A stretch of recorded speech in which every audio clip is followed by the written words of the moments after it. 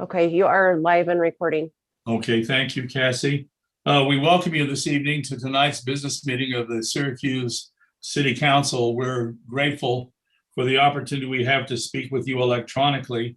We are reaching out electronically in accordance with House Bill 5002 of the Open and Public Meetings Act amendments signed into law on June 25th of 2020, pursuant to the written determination of the chair finding that conducting the meeting with an anchor location presents a substantial risk to the health and safety of those who may be present due to infections and potentially dangerous nature of COVID-19 virus. Public meetings will be held electronically for the next 30 days. So through the month of April, the meetings of the council will be projected on YouTube and through Zoom meetings. And then we wait to see what vaccinations and what May brings us. So we welcome you here. If any of you who would like to attend the YouTube broadcast of this, that is also on the website, and you can join that one. I'm going to call the meeting to order, and I've asked Dave if he would offer either an invocation or a thought this evening. Dave?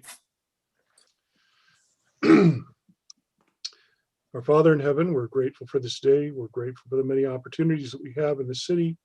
We're grateful to come together to do the business of the city. We're grateful for this great land in this country and the freedom that we enjoy. We're grateful for the prosperity of our citizens, that we may enjoy many opportunities that are before us.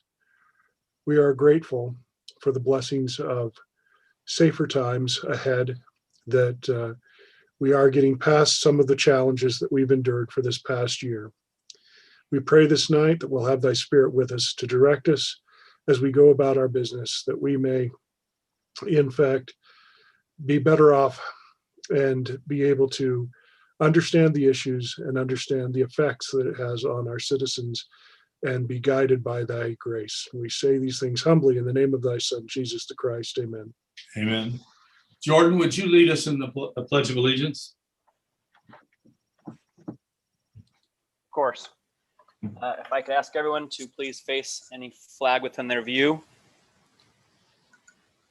I pledge allegiance to the flag of the United States of America and to the republic for which it stands, one nation, under God, indivisible, with liberty and justice for all.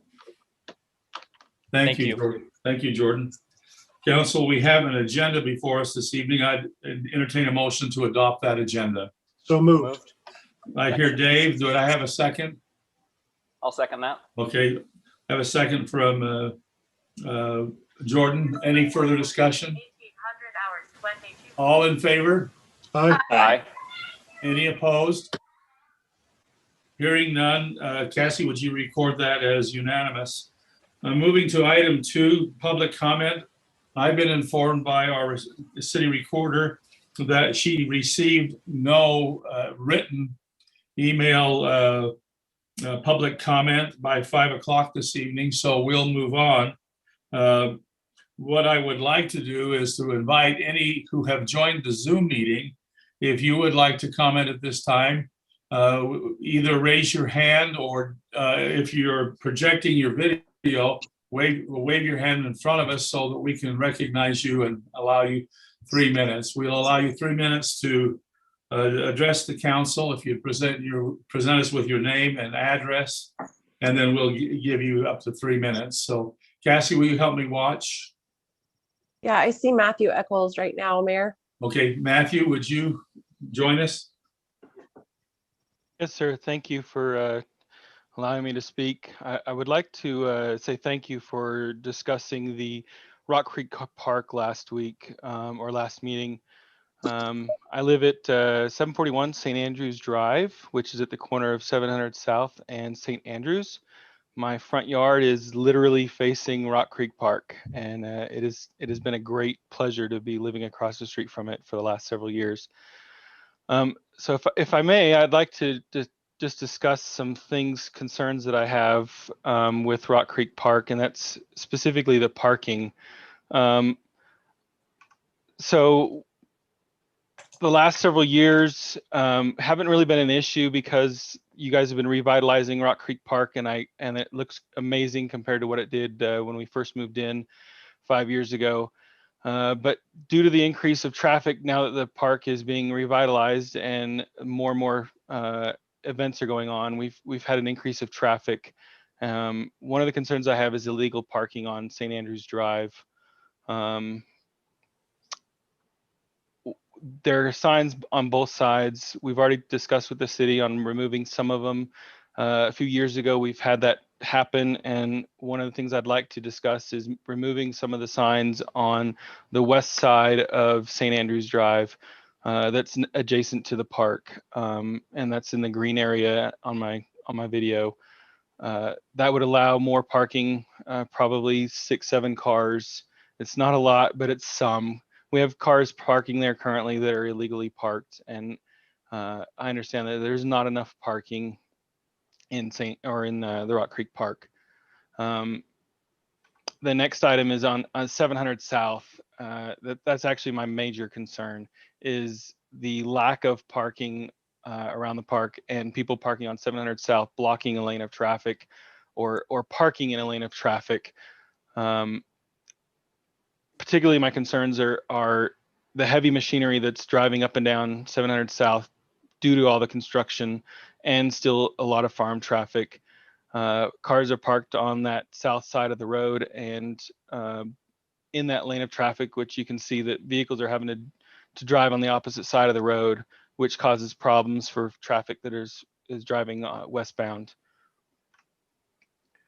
The east side of St. Andrews is bike lanes and shoulders, and on the west side there is no shoulders, no bike lanes.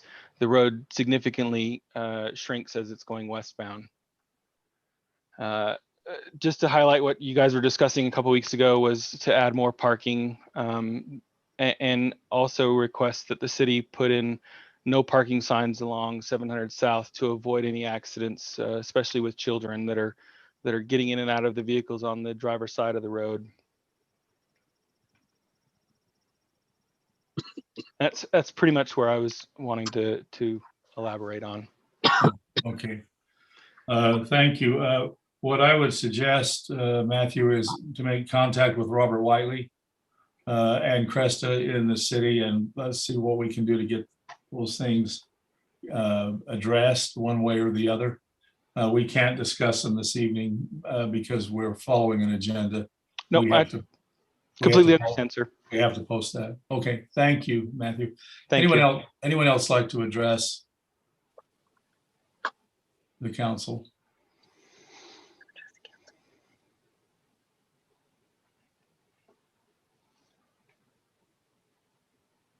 I'm sorry, this is probably another subject. I couldn't find my raise my hand. Okay, Gina, go ahead. Yes, I'm Gina Rowe. Mayor, I'm a resident of Syracuse City, and I'm also a realtor in the Davis County, Weaver County area. And so I just wanted to hop in and speak on behalf of the project that's going into the RC Willey, the old parking lot, or the old area where RC Willey was, and that project. So I just wanted to maybe comment about the housing crisis that we're in. I know that everybody is very familiar with it, but there is a huge demand, and especially a lot of the clients that I've been helping. We're just desperate for housing and opportunities that can probably be a little more affordable for these younger families. And I think it's a really great opportunity if we can move forward with that. So. Thank you, Gina. Yeah. Yeah. I know that the council has a sensitive ear to that. So thank you for just reminding us. Anyone else like to address the council?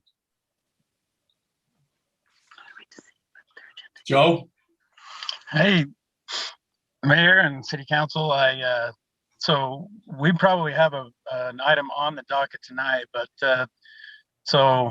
my wife and I and my brother Chris and his wife Stacy are running Osteo Strong in Syracuse, just right there on the corner of 1000 West and Gordon Avenue. And next month, in the month of May, is Osteoporosis Awareness Month. And that's kind of our main objective, just get the word out of how increasing a problem osteoporosis is and what we have to offer as a solution to that problem. We're trying to get May 22nd listed as Osteogenic Loading Day in Syracuse City. This is the first OsteoStrong location in Utah, and we are having a big impact. It's a revolutionary new technique to basically fire up the bone building situation in people's bodies. It's a natural adaptation to heavy loading, which is what osteogenic loading is. And we actually just had our first one of our first big results come back in. We've now been there for just over a year, and one of our members that's been using us for about a year has gone and got their second DEXA scan, and she had a 39% increase, 49% increase in her spine, and a 19% increase in bone density in her hip. So very effective, and yeah, that's what we're just trying to get the word out and see if we can't get that day recognized. Okay.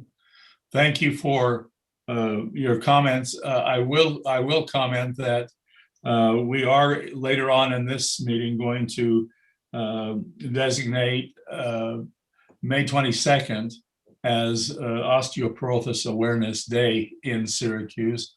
One of the issues that we're faced with is that OsteoStrong is a treatment remedy and a proprietary, comes under a proprietary thing. We've been advised by counsel that we kind of need to stay away from endorsing any one individual. It'd be like endorsing one physician or one dentist or one lawyer in National Law Day or whatever it is. So we hope you understand that there are some rules and bylaws that the council lives by that we have to be kind of careful. So we're glad to offer that day for you and offer you this time to make this comment.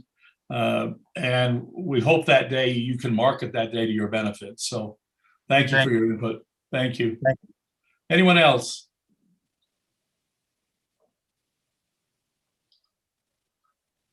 Cassie, do you see anything more? I don't see any other raised hands, Mayor. Okay, council, I'm going to then close public comment. There'll be an opportunity later in this meeting to reopen that. So if during the discussion tonight, something is triggered in your mind, we'll offer that again for those that come. Now, Mr. Mayor, may I make a motion that we table item 3? Okay. For the benefit of the viewing audience out there, Dave has tabled item 3. The reason being is there a misprint in the agenda in relationship to those meeting minutes. And to avoid confusion, we're going to table them and we'll pick them up at the next business meeting that we have. So I have a motion from Dave. Do I have a second? Second. I have a second by Corinne. Any further discussion, council? All in favor? Aye. Aye. Any opposed? Cassie, would you record that as unanimous? Let's table that and we'll put that on the meeting minutes for the next special meeting or business meeting. Council, we have 3 items of consent from previous discussions. Item A is proposed ordinance 2021-06, amending the Syracuse City zoning map from R2 to R1 for property located at 939 South, 3150 West. Item B, authorizing the administration to execute multi-jurisdictional interlocal agreement for paramedic services. And item number C, joint proclamation 2103 declaring May 22nd, 2021 as Syracuse City Osteoporosis Awareness Day. Any further discussion, council, or I would entertain a motion? Mayor, I make the motion that we approve said items. Thank you, Corinne. Do I have a second? Second. Second by Seth. Any further discussion, council? All in favor? Aye. Aye. Any opposed? Hearing none, Cassie, would you record that as Unanimous. unanimous? Yeah. Now, Cassie mentioned to us earlier in the meeting that she had a little egg on her face. I have a little egg on my face too. It's amazing how, as we go from meeting to meeting, how much there is to do and how easy my mind is to forget it. I see Lori Smith here from our youth court. Lori is our appointee with us. Do you see her there? There you are, Clarissa. There you, can you unmute? She is here. Clarissa, can you I'm unmute? so sorry. Oh, I was you're, watching it through Zoom on YouTube, and I didn't realize that. I'm sorry. that's not your fault, but what I'm about to say is my fault. I forgot to put this on the agenda, but let me just tell the council what we're going to do, and we'll have to do that in another business meeting. I have interviewed Clarissa, and I would like to appoint her to the youth court as a youth court advisor. She has met with me. She's also met with Shauna and has undergone a background check, and she is cleared. So council, we will be asking for ratification of this appointment at that next special business meeting. And I'm so sorry, Clarissa It's okay. and Lori, but you've been introduced and people will know who you are next time. So thank you. Okay, we have 3 other proposed resolutions, and this is one of the reasons I forgot is because we've been so busy filling voids in the other committees and commissions of the city. We've been very, very busy interviewing, and that's one of the reasons why I slipped my mind. We have proposed resolution R2112 appointing Lon Hunter and Kyle Meekum to the Syracuse City Planning Commission. Now, I'm looking to see if either of them are here. Mayor, is it Kyler or Kyle? Kyler. Okay. I'm here. Lon. Kyler. Oh, Lon's here. Okay. Council, do you have any questions for Lon? You've got his resume. They're amazing resumes, both of them. Yep. Yeah. Yep. The only question I had is, I noticed that I can't remember who it was that your company is based out of. It looks like Virginia. I think that's Lonnie. Lonnie. So you are based in Utah, correct? I clarified this with the mayor, just where it says from. I can't remember the date to the present. It says you're in Virginia, but that is you are Utah based and you are here in Syracuse, and that won't be a problem. Yes. We moved to Syracuse 3 years ago. I was transferred here to work on the Salt Lake International Airport construction project. So that's why I'm here, but I am a resident. Okay. I assumed as much, just where it said to present in Virginia. I was a little confused, and I did clarify that with the mayor, but I just want to make sure that you agreed with that assessment. Yeah, my company is a huge international company, so. Right. Okay. Council, I'd entertain a motion on the appointment of Lon and Kyler to the Planning Commission. I'd like to make that motion. Let me see. Here we go.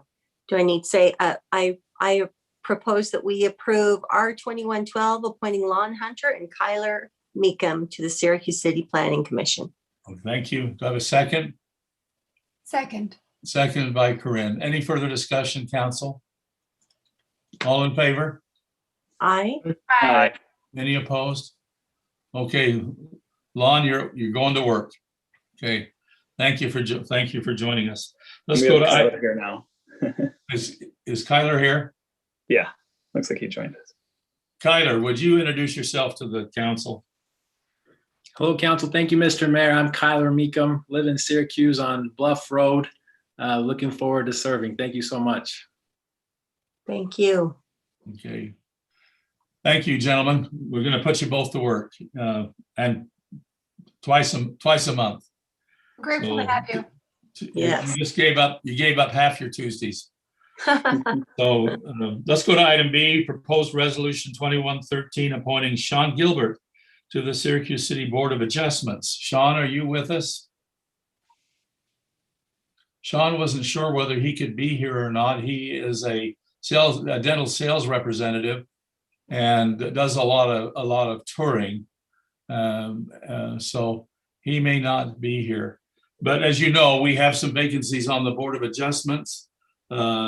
His background is dealing with people and selling a product. And I think those skills would be work well for the Board of Adjustments. Now, he'll have to receive some training, and the state legislature has any of these land use things are going to require, I think, Paul, didn't we say 4 hours of training?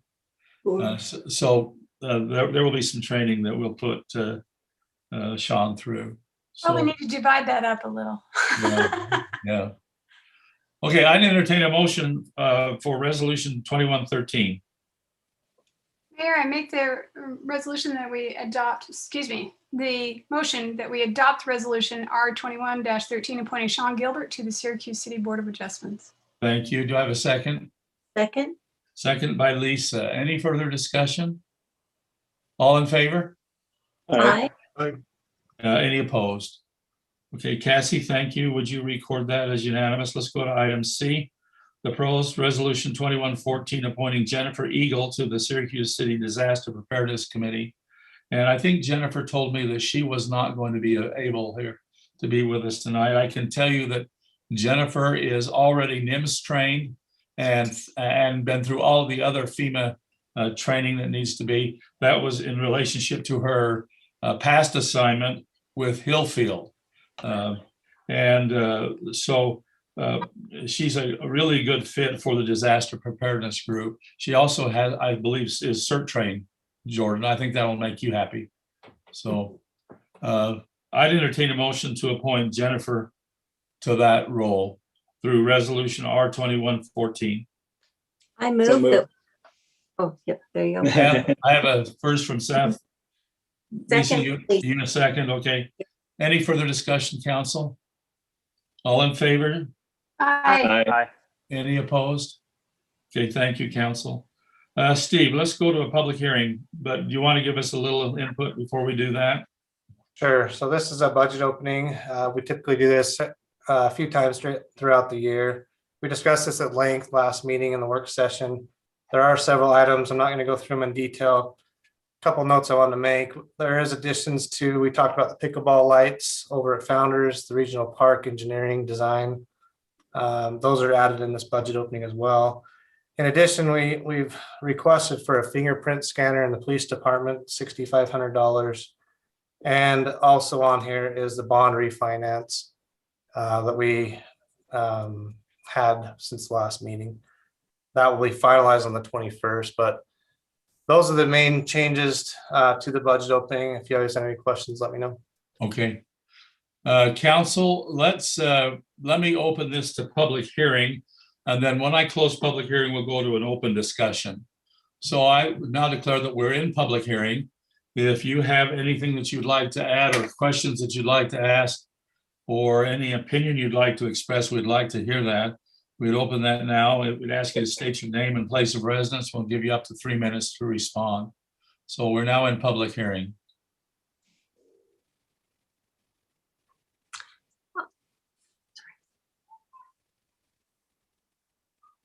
Cassie, do you see any activity? No, I don't see any. Okay, I'm gonna close public hearing and then I'll open this up to discussion. I know that Seth, this is yours, but let's start with you and then have open discussion. I don't have any major concerns. I think everything looks great. I think we've been apprised of the vast majority of it, and the ones that we haven't were discussed here. And so I feel comfortable with this and would support moving it forward. Yeah, that should have been Jordan. I'm sorry, Jordan. We're easily confused. Does he want to? Hey, I'm going to speak up then. I just wondered if there's something that we can do to do a public awareness campaign along with this, maybe show before and after of that retaining wall. I know that when I've dealt with the scouts before, when we've done their merit badges and stuff, I'll talk to them about government and the proper use of taxes and where it goes and what we spend it on. And inevitably, when I would ask them, you know, who buys this if a tree gets broken or if somebody skates on a picnic table or whatever, who pays for it? And they'll say the government does. And, you know, there's no real understanding of it. That's their mom and dad paying for that. So I just wondered if we couldn't do something before we fix this, especially the retaining wall. and just say, here's our before. This is the damage that was incurred through, neglect and or vandalism. And then this is what it's going to cost us to replace this. These are some of the expenses that come into a city. And if you see someone damaging something, even if it's a youth campaign or just a general awareness campaign, I'd really like to see something said, a before and after picture, and then a price tag attached to it, because I think that's a really great opportunity to inform and educate people who may not really consider where those monies go. Okay, thank you. Like that. Are we okay? Mayor, could I make a quick comment? Yes. I just wanted to highlight the fact on the bond refinancing that the city was given a 0.6 interest rate. That's 0.6. And I want to give kudos to Steve for the work he did on that with Zions Bank and Bond Council and everything to get that in order. So good job. Wow. Nice. Fantastic. It's amazing. I just wish we could have done a whole park for that, but that's still awesome. Wouldn't it have been nice? Yeah. Council, I entertain a motion. Motion to approve resolution R2109, amending the budget for fiscal year 2021, Okay, or ending in June 30th, 2021. Sorry. Do I have a second? Second. Second by Seth, Jordan, that's who I heard. Wait till you're 71. Usually when I do a second, you usually give it to Seth anyway, so I'm good. Yeah, I'll take it. Interchangeable. What you're saying is I never do it right. I didn't say that. One of you to deepen or heighten your voice, and then we'll know. Okay, all in favor? Aye. Any opposed? Okay, Cassie, would you record that as unanimous? Let's talk about fees, Steve. This is a fee schedule update. There are only two fees that we're proposing changes to. The first is the public safety impact fee, and that's just following our IFFP plan for public safety. That's the plan we put together that justifies the fee that we're charging. That increases each year as our bond is paid down each year. That's why it changes annually. That goes from $273 to $302 on a single family, or 19 cents to 21 cents per square foot for commercial space. The second fee is a notary fee. That's from a $5 to a $10 change, and that's just from state law. Those are the two proposed changes. Okay. I'm going to declare now we're in public hearing. Anytime we deal with spending residents' money, we need to have a public hearing. So we'll declare that public hearing now open.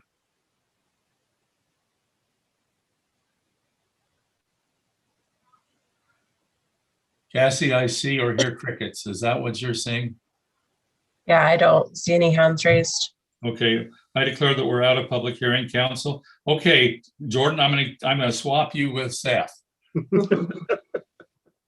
All right. Well, I have no comments on this. I think it's a necessary update, and so I actually support it. And I'm willing to make a motion unless if somebody else wants to make a comment. I want to make a comment before you make a motion. Can I do that? Absolutely. I love your background, and in a meeting with the temple developer, the church, and the development of the temple, all of the stained glass in the temple is going to have that background of the sunset over the lake. So it will look just like the back, Jordan's background. So I think that's. I have more. I spend many an afternoon on Antelope Island just taking pictures of that sunset. So that and so have they. You might have. That's a good choice. You might have doubled up. You know. Might have. Okay, I have a motion from Jordan. Do I have a second? Second. I don't. Is that you, Corinne? Second. Oh. That was Lisa. Okay. I don't know who else said it, but somebody else did, or there's a major echo. It was Lisa. She was yawning at the same time, though. So. Okay. I have a motion and a second. All in favor? Hi. Aye. Any opposed? Okay, thank you. We'll move on. Noah, are you with us? Yes, sir. Okay, general plan map amendment. General plan map amendment for the old RC Willie site. We've seen this multiple times now. I think I'll just summarize by saying that they've taken some of our comments and they've realigned some of their density. They lowered it, they lost a few units. They're obviously proposing townhomes with single family. The single family portion is, the majority of it is single family, but then the townhomes are mostly located along the arterials. It's about 25 acres, and so it's a proposed general plan to the PRD. So because it's PRD, they're required to provide some plans and things up front. Eventually, if they get to rezone, then they would be required to have a development agreement. The site already does have a portion that's general planned for townhomes, medium density, but they're proposing to change most of that from the commercial to the medium density and some of the low density to the medium. So the whole site would be medium density.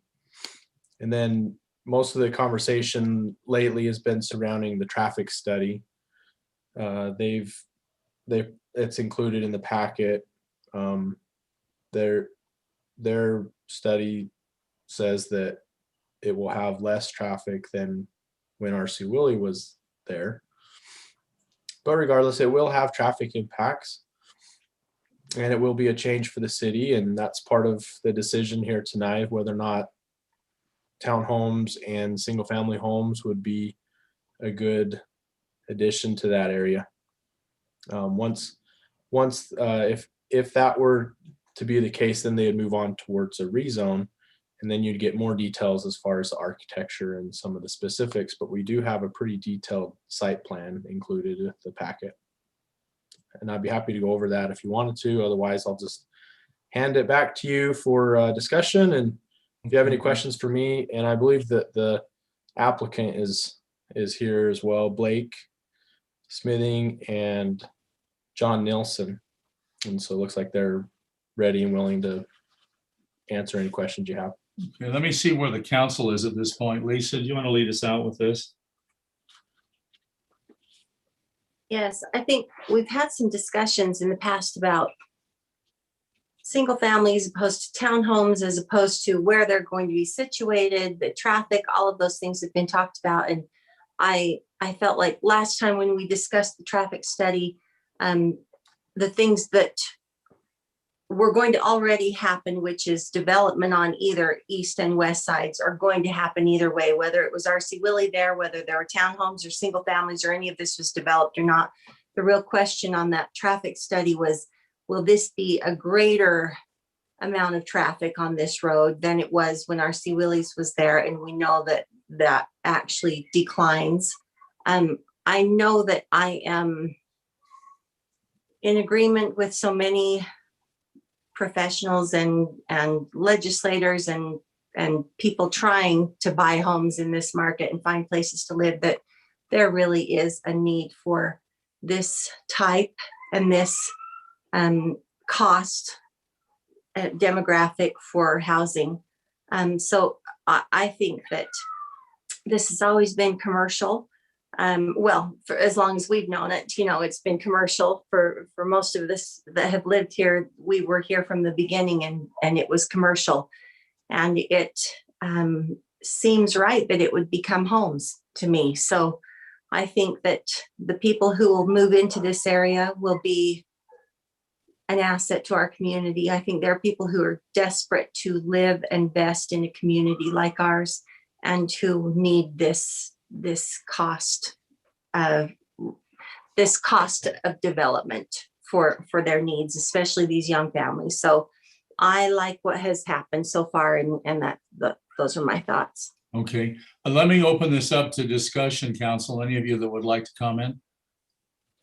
I was just going to ask, I agree with what you're saying, Lisa. But I wanted to ask the applicants, John or Blake, just kind of, I can't remember if we already talked about the price point of the townhomes as well as the single family. Can you remind us of that? John, can you unmute and respond? I know the market will fluctuate on that, but give us kind of a ballpark. Sure. Yeah, ballpark. Thank you, Seth. That's a good question. And Blake is we're both licensed in the state of Utah, and so we know the market really well. In fact, the market's crazy right now. My whole day is spent on the lumber issue, the concrete issue, prices. I mean, the city knows very well what land is going for with what just happened there. So Blake can answer that really well for you, what the price point's going to be for the townhomes and the residential, and kind of it's going to be a neat project. Go ahead, Blake. Yeah, so I think, our biggest thing is we want to make it an asset to the community. We want it to look nice. So, townhome wise, I think we'll probably be in the low threes. Single family, we will be, depending on the plan, I think high fours is kind of where things will be. Obviously we need it. That's kind of starting price. We need it to be affordable, but we also need it to look good. When we get to the architectural part of things, you'll see, the townhomes I think aren't what they used to be. Townhomes, especially with the requirements that the Syracuse City has, which isn't a bad thing. They're great requirements because they're not 5 buildings and units that look identical right next to each other. There's a lot of architectural stuff that goes with it, and they look really nice. They don't look like they're all just the same unit. So I guess hopefully that answers your question of kind of where we're hoping to be with costs, and it I guess depends where lumber and stuff goes, but that's the plan. Okay. No, thank you. I think we run the challenge for us as council members is to do both of those things, right? Accomplish a good quality product for our community and make sure there's pride in ownership and all that, but also to somehow be able to balance that with providing opportunities for young families, and the growth in our city is tremendous. And so we appreciate you bringing forth a product that hopefully can accomplish both of those. I'd love to kind of see how this plays out. Anyone else? I just want to say thank you for doing your due diligence with the traffic study, and then also trying to meet pretty darn closely what was requested by the Planning Commission. We've had others that are pretty resistant, and we are grateful that you were pretty darn close to getting that done. And so we appreciate that, or at least I do. Thank you. Thank you. Noah, and thanks to Noah's been extremely accommodating and extremely helpful. I think if you'd seen where the concept plan was in October when we started to where it is now, it's a completely different project. And it has the amenities. There's a lot of things that we had to kind of massage and work through with the Halls property and with the part that Castle Creek owns. So there's been a lot of work there with Noah and with the property owners to make sure it's a good project that fits. Thank you, Blake. Thank you, Corinne. Jordan or Dave? I do appreciate the fact that this is one of it's actually a mix. I think it's probably about 50-50. 50 single family, are those look like almost R2 size lots. And then, so there's just as much R2 as there is townhome. I generally like to see more R2, but I do appreciate you taking out some of those and finishing off the cul-de-sac like I had requested, and a couple other little things in there. So thanks for doing that. Thank you, Jordan. David? Well, I still see problems with this, but I don't want to beat a dead horse. We've talked to it over and over and over, and I don't see anything changing. So I'll just respectfully be voting no. Okay. I'd entertain a motion, council. Can I ask where we ended up with the open space? I'm sorry to jump right in. I know that there was maybe a slight shortage. Are we going to end up going with the in lieu fee if this was approved? Is that? Noah, can you? Yeah, I can speak to that. They are still a little bit short. It's on the drawing if you want to show that. They needed but 206. That's not part of tonight's proposal, is it? It is. Yeah, Mm-hmm. It is. Yeah, the exact details would be finalized in the development agreement. That's what I thought. With the rezone. That's So correct. you said Yeah. the rezone still has to come, and that would be where the agreement for that would take place, correct? Yes, but we are reviewing the concept plan with the PRD, and we know that it's a little bit short. And as part of the in lieu fee, the council would need to approve that. I don't think we have an exact dollar amount of what that equates to. But if we use similar amounts that we've used with the shoreline, Blake, I don't remember. I don't think we've really came to an exact amount, but Yeah, I thought it's you meant- around, I want to say it's around 100 or 70 or so. But yeah, as Dave mentioned, this is general plan only, so we're not working through those details tonight. The concept plan is not a vesting document, so they're getting input, they're getting feedback to help them prepare for their zoning submission, which will include the preliminary plat with it. So that's when we would work out all those details. But as of tonight, there's no vesting from any of the decisions tonight. There just would be open to apply for the zone change with the general plan change.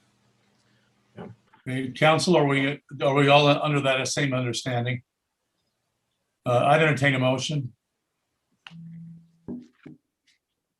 Trying to get the right. Yep. 2021-7. Mayor, I make the motion that we accept the proposal for the general plan map amendments to 21. Sorry, I don't have the agenda in front of me. I'm looking at the actual page and hang on.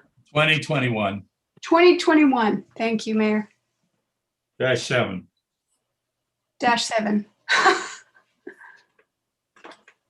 Okay. Second, if that's a Thank motion. you. I can say that again if you want. I have a motion and I have a second.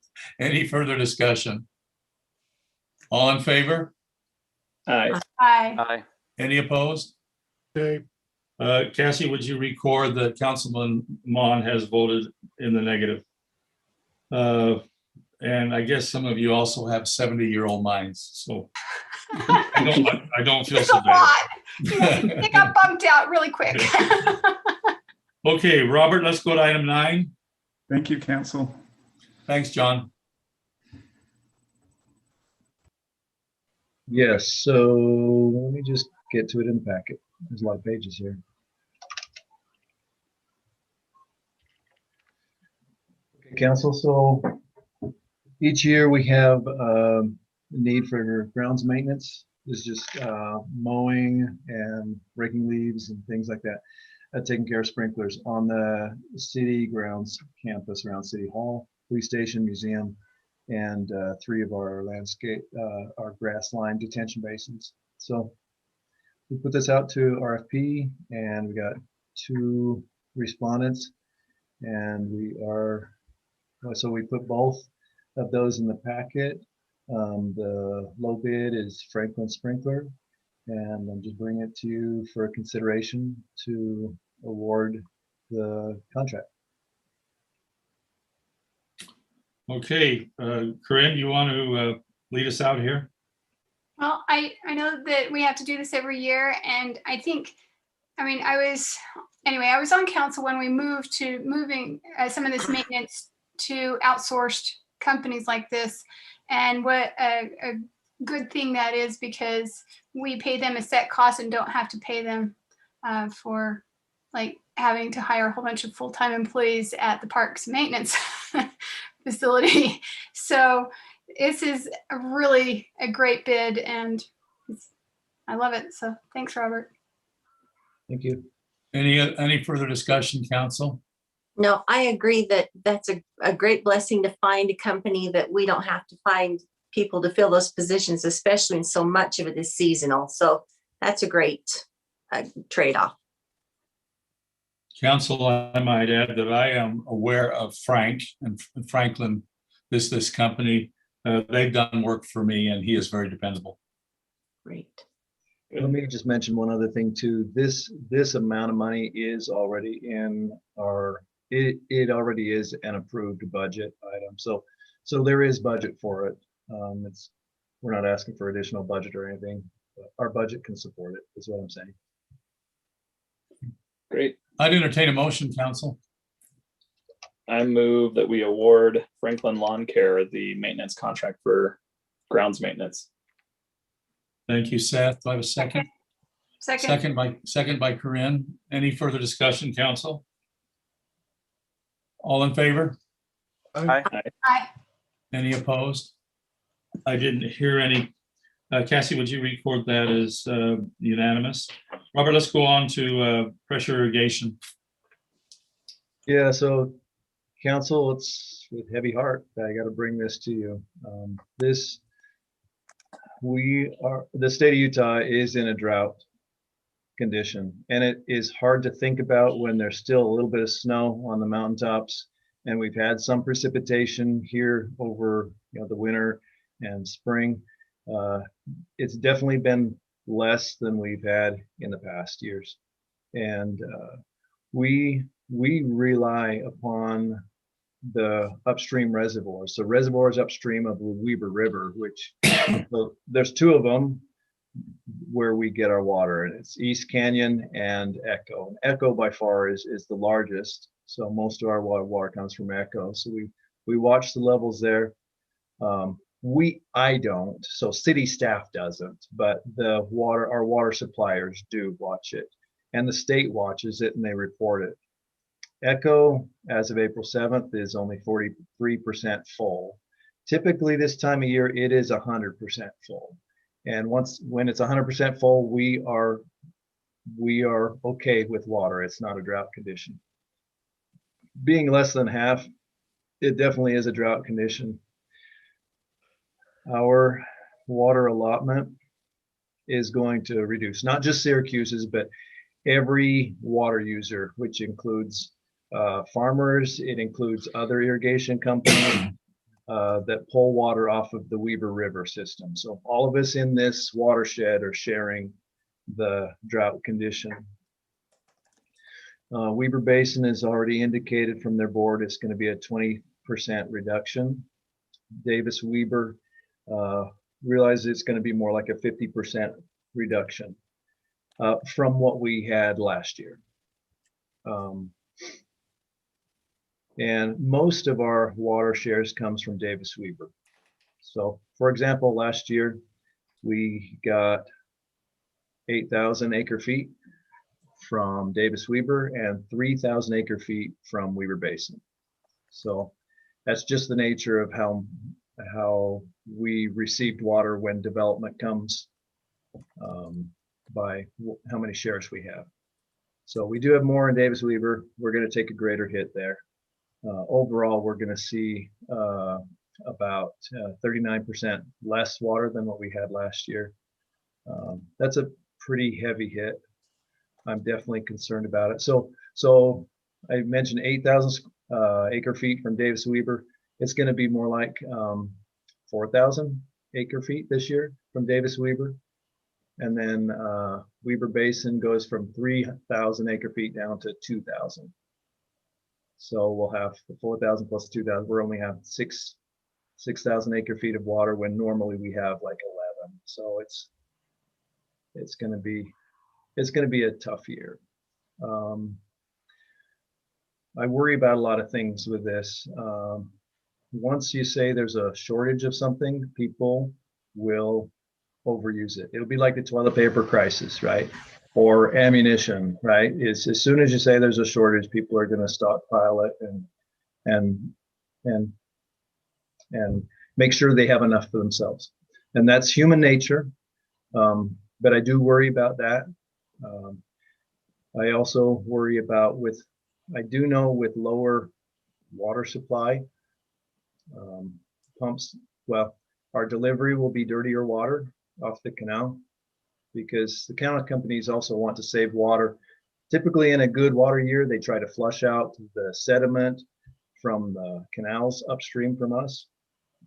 They're not going to spend as much time wasting water or to flushing. So we'll probably, I'm certain we'll get dirtier water. And then pumps pull off the bottom more of that sediment because it can't, well, there's more of it. So we do have something in our ordinance that describes things that we can do to try to help reduce waste. And I guess it comes more with public education and enforcement. So, and water conservation plans. So all of those are in place. I think they're all really great tools. And I'm coming to you to ask for your input to see how you would like to handle this. First question, well, Mayor, if we're ready, Let me give this to Jordan. I'm going to give him the hot potato. go ahead. So I was actually curious, what is the effect of actually turning on the water later, like May 1st? We can do that. I know our water suppliers are starting theirs April 15th. So it's not impossible for us to start later. We can certainly do that, and we'll just keep our reservoirs full. The tough thing is just How does that impact farmers? I guess that's my one concern. I've been looking at forecasts for the rest of the month, and we're still looking at, 50s, 60s, maybe a few 70s, and lawns don't need water during that time. It will have a little bit slower start, but my concern is the farmers. Do they have to? Do we control their supplies? I think they get it straight off the canal, right? right. They divert. So we have a diversion box that's completely separate. We act like diversion box is like a farmer off of the canal into our reservoir. So it would not affect farmers. Other than some farmers benefit from our overflow water that doesn't get used, but I don't think that's going to happen too much this year. Is there any benefit to us delaying the distribution so that our reservoirs get completely full first? Because I know that we've had in years past where we've struggled to keep our water reservoir full, and then we do end up distributing more sediment throughout the system because we were already low and we were pumping from a low spot. Is there any benefit to making sure we get full first and assuming that we can handle the capacity for an extra couple of weeks of distribution before we turn it on to the public? Well, we can fill I think our reservoirs fill off the canal system, right? They do, that's correct. And they fluctuate. So yeah. So I think we can fill our canals fill our reservoirs through the canal system, but don't actually charge the pipes until May 1st. How much would we save for those 2 weeks? I mean, the one person that I would say gardeners would have a hard time with that, but it's the same thing. They will be very careful how much culinary they use. Yeah, I think one tough thing maybe is that our residents may say, hey, my neighbor in West Point has water. Why don't we? Or they turned it on April 1st, apparently.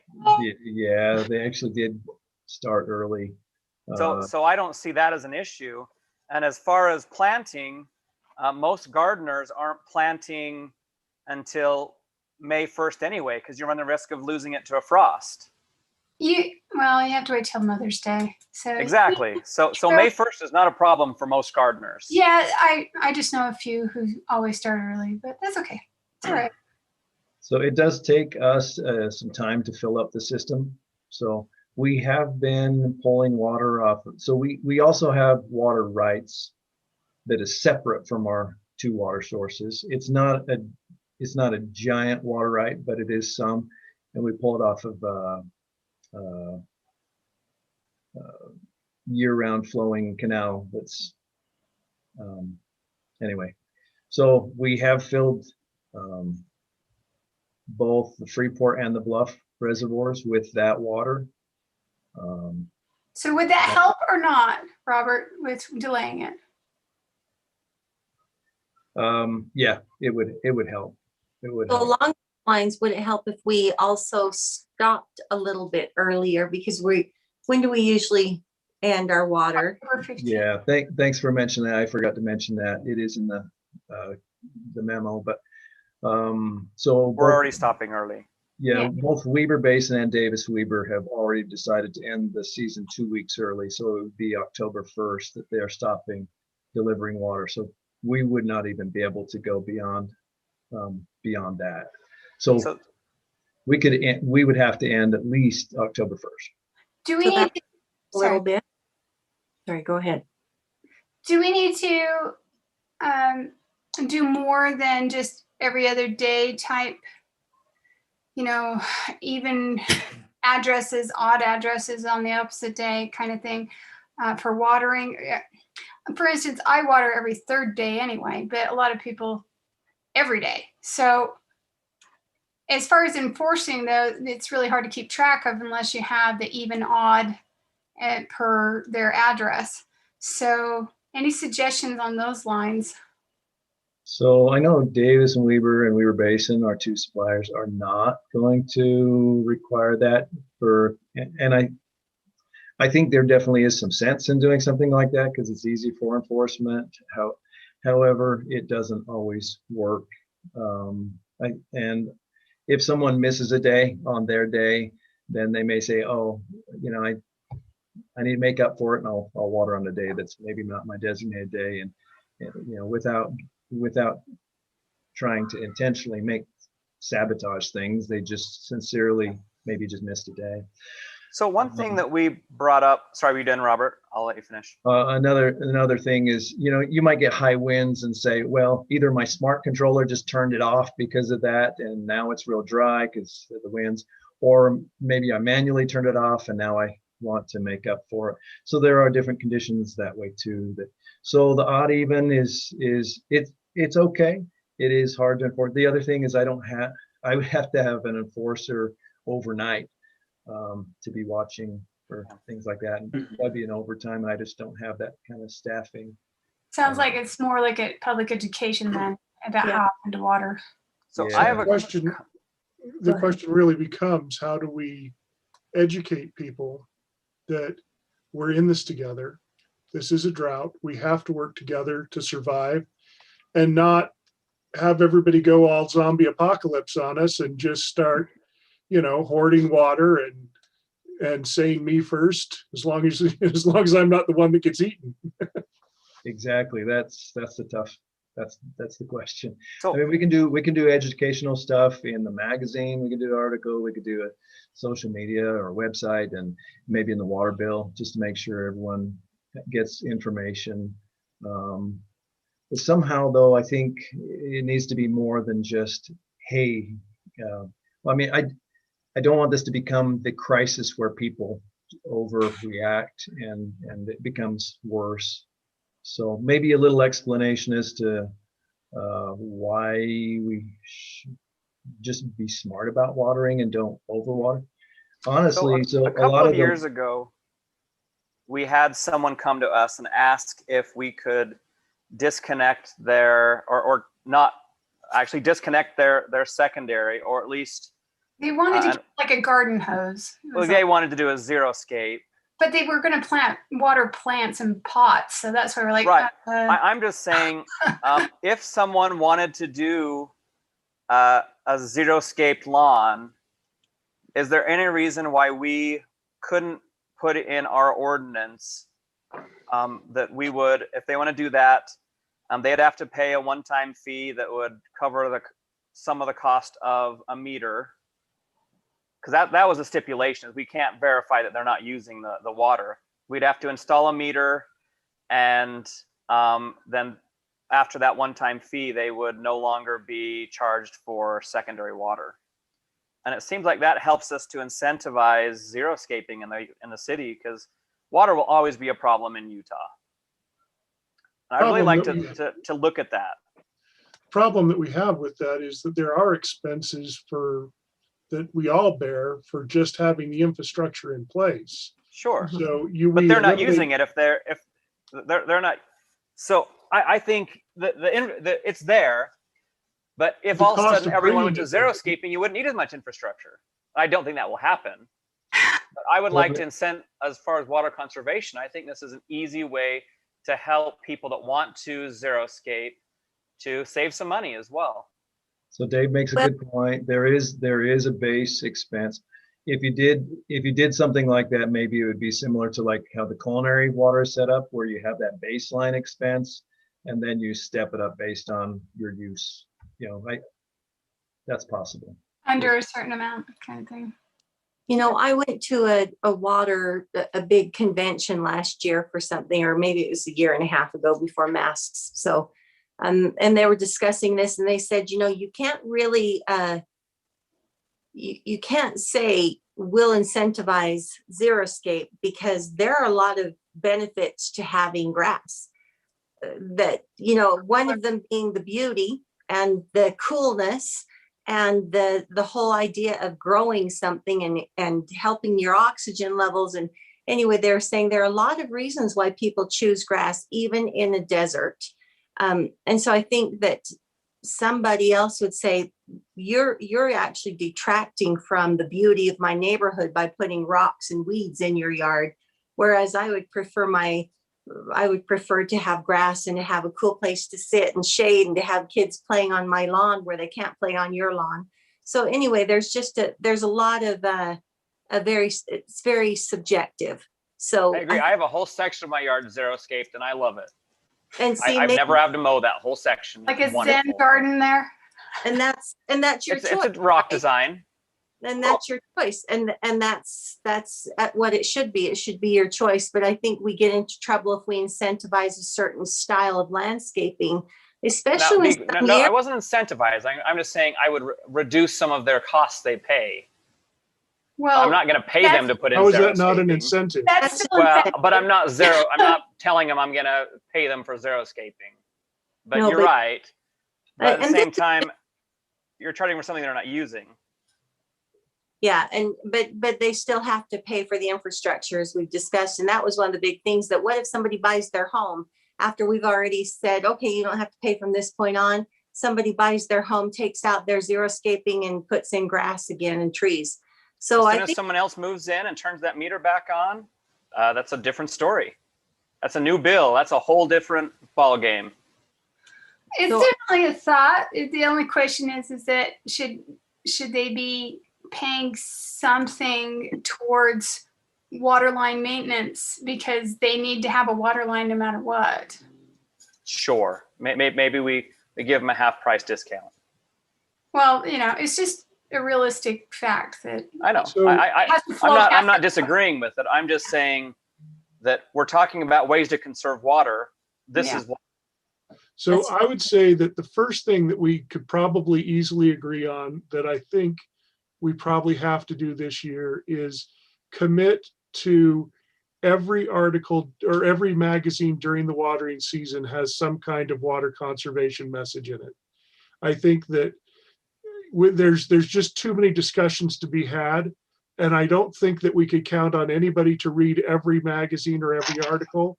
But if we were to put out, 6 during or 7 during the water season, that each took a different perspective on why we're trying to work together and why we're in this together, then that's something we could do. I think that when we get into the deeper part of how do we change the money investment, I think that's a lot deeper discussion. I'm not sure we could conclude that tonight. We can. I'm not saying we have back up. to, but what? I'm not saying we would be able to finish it. I say it's something to keep put on to look deeper into. Sure.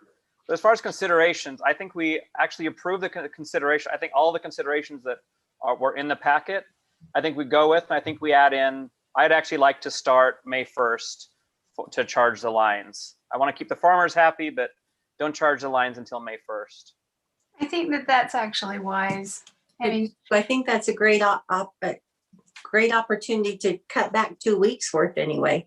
The peas and the broccoli that are frost resistant can be watered with a hose from your house. It's fine. Sure. Now, the only thing that I'm curious about is the golf course was brought up. They have their own from system. Blatant Canal, and they're their own system. Blatant Canal, and they don't. Okay, Yeah. then it's not a problem. Yep. Yeah. Can I make a suggestion? A Yeah. year ago this time, we began a dialogue about standing together against COVID. It didn't get traction early, but over time, even now with the legislature saying you can demask, which we've chuckled at a little bit, but why a legislative body is giving a health order. But even with that out there, if you go into one of our stores or local businesses, they are still requiring masks or recommending masks. And we've done it under the idea of standing together. Maybe 2021 watering season is the theme ought to be, let's stand together in conserving water, and help them realize that this is something we've got the actions are taken in concert with my neighbor's actions are what going to lead to the success of watering. So I kind of agree with you, Dave. I think that education is the more important thing. And I think maybe that first article, we really have to talk about, we're letting you know early so that maybe this year is a year you have to make some choices about less decorative and more functional choises. I don't know if we're really letting them know early because they're all waiting for this to be turned on in 2 days. So I'm just saying, this won't be early information. They'll be like, what the heck? That's a good point. That's a good point. I just know that around around Memorial Day and stuff, a lot of people sell a whole lot of flowers and some people have beautiful flowers everywhere in their garden, but maybe this is the year you have to be selective and can't water 50 plants if you could water 10, I'm just saying we're in this together. I do understand some people garden to eat, and that's something I can't criticize because it's value, but I do think that there are people who decide that my lawn has to be the greenest, and so I'll dump my drinking water on my lawn on days I don't get to water because it's just necessary. And I don't know that it is, but if we ask people to stand together, one worry I do have is as soon as we announce that there's a problem, we're going to have polarized groups out there. There will be Facebook reportings of every time there is water that is on, every time there's a broken sprinkler on a business property or a public property. There's going to be complaints of why it wasn't addressed immediately. I get it. I don't like it. And I also understand that we can't monitor, the entire 10 square miles 100% of the time, 100% of the area. I agree. One good thing to that is that it's not only Syracuse City. So you'll probably see it among everyone in North Davis County. There's already been an announcement from the governor, so not a surprise to anyone. I will say along the line of what human nature is. I think we have had a gut full of being told what to do over the last year and a half or year. And I think that if we get heavy-handed, we will see an uprising so fast. I'll be the first one to uprise too. I'll be really honest about that. I'm so tired of this whole punitive feeling about just living your life. And so I think that the very best thing we can do is to inform, and just like Mayor was saying, let's stand together, or was it Dave? Somebody was saying, let's stand together and we'll work on this together, but we're not going to come after you, and we're not going to shame you, and we're not going to turn this into a tattletelling thing. And I liked, Robert, too, that you can't be the enforcer and saying this side of the street only waters. That's really hard to enforce. And also, just like you said, there's so many reasons why that doesn't work. Somebody's out of town and their lawn's dying, and or something happens. Well, smart sprinklers, they don't really, I mean, you can set them up that way, but most of them, if the smart sprinklers will pick when you need to water, not just water willy-nilly. Well, that's what we do. But I'm just saying, what if you go out of town for a week and you aren't there to even see what's happened? And we've done that before. We turned off our smart stuff to be gone for a while and came back and then forgot to turn it back on, and or turned it off for a storm and forgot to turn it back on until everything was turning to dust. Anyway, I just think that anything we can do that makes it more of a, hey, we're just going to work on this together, and we're not going to come after you and tell you how to live. That's, in my That's why I opinion. thought the considerations in the packet were actually pretty spot on. That there's nothing, there's no measures that say, I mean, it does say between 6 p.m. and 10 p.m. or 10 a.m. But Right. that's just that's our just standard. efficient watering. Yeah, that's what we do. Yeah. The one thing that I think we also need to reinforce in our education, though, is that more water doesn't necessarily equal a green lawn. That you need to feed it appropriately to have a better lawn, a healthier lawn, and grow it to the right length to have a healthier lawn. So that Yeah, you're not we ought to have an shading article, off. how to grow grass on clay. Yeah, I mean, It's a little bit some people will like small bursts. scalps their yard though, and then it's dried out. Well, go figure. It's this big. It can't preserve any water. Yeah, so we And need to some have people one of the articles should be how to grow grass on clay. Yeah, and to appropriately fertilize so that it And actually how to grow turns your green. roots down, how to get deep roots instead of shallow. If they don't have to seek water, they won't. And seek for like even a water survey by USU. They'll do it for you too. Might So be a small fee, but it's worth it. I'm hearing some consensus that we could stay on the positive side of we're in this together and continue the message regularly, because I think it's a better choice. Yeah. So you're saying don't enact the rest of the items in the considerations? I guess I'm just curious what that means, that we're all going to stand together, we're going to educate. Are we not going to say encourage people to water between 6 and 10 a.m.? No, I'm not saying that. Or I'm just saying discourage that excessive watering? No, we all should those continue things to are put out great. Sounds like we're all messages saying the same thing.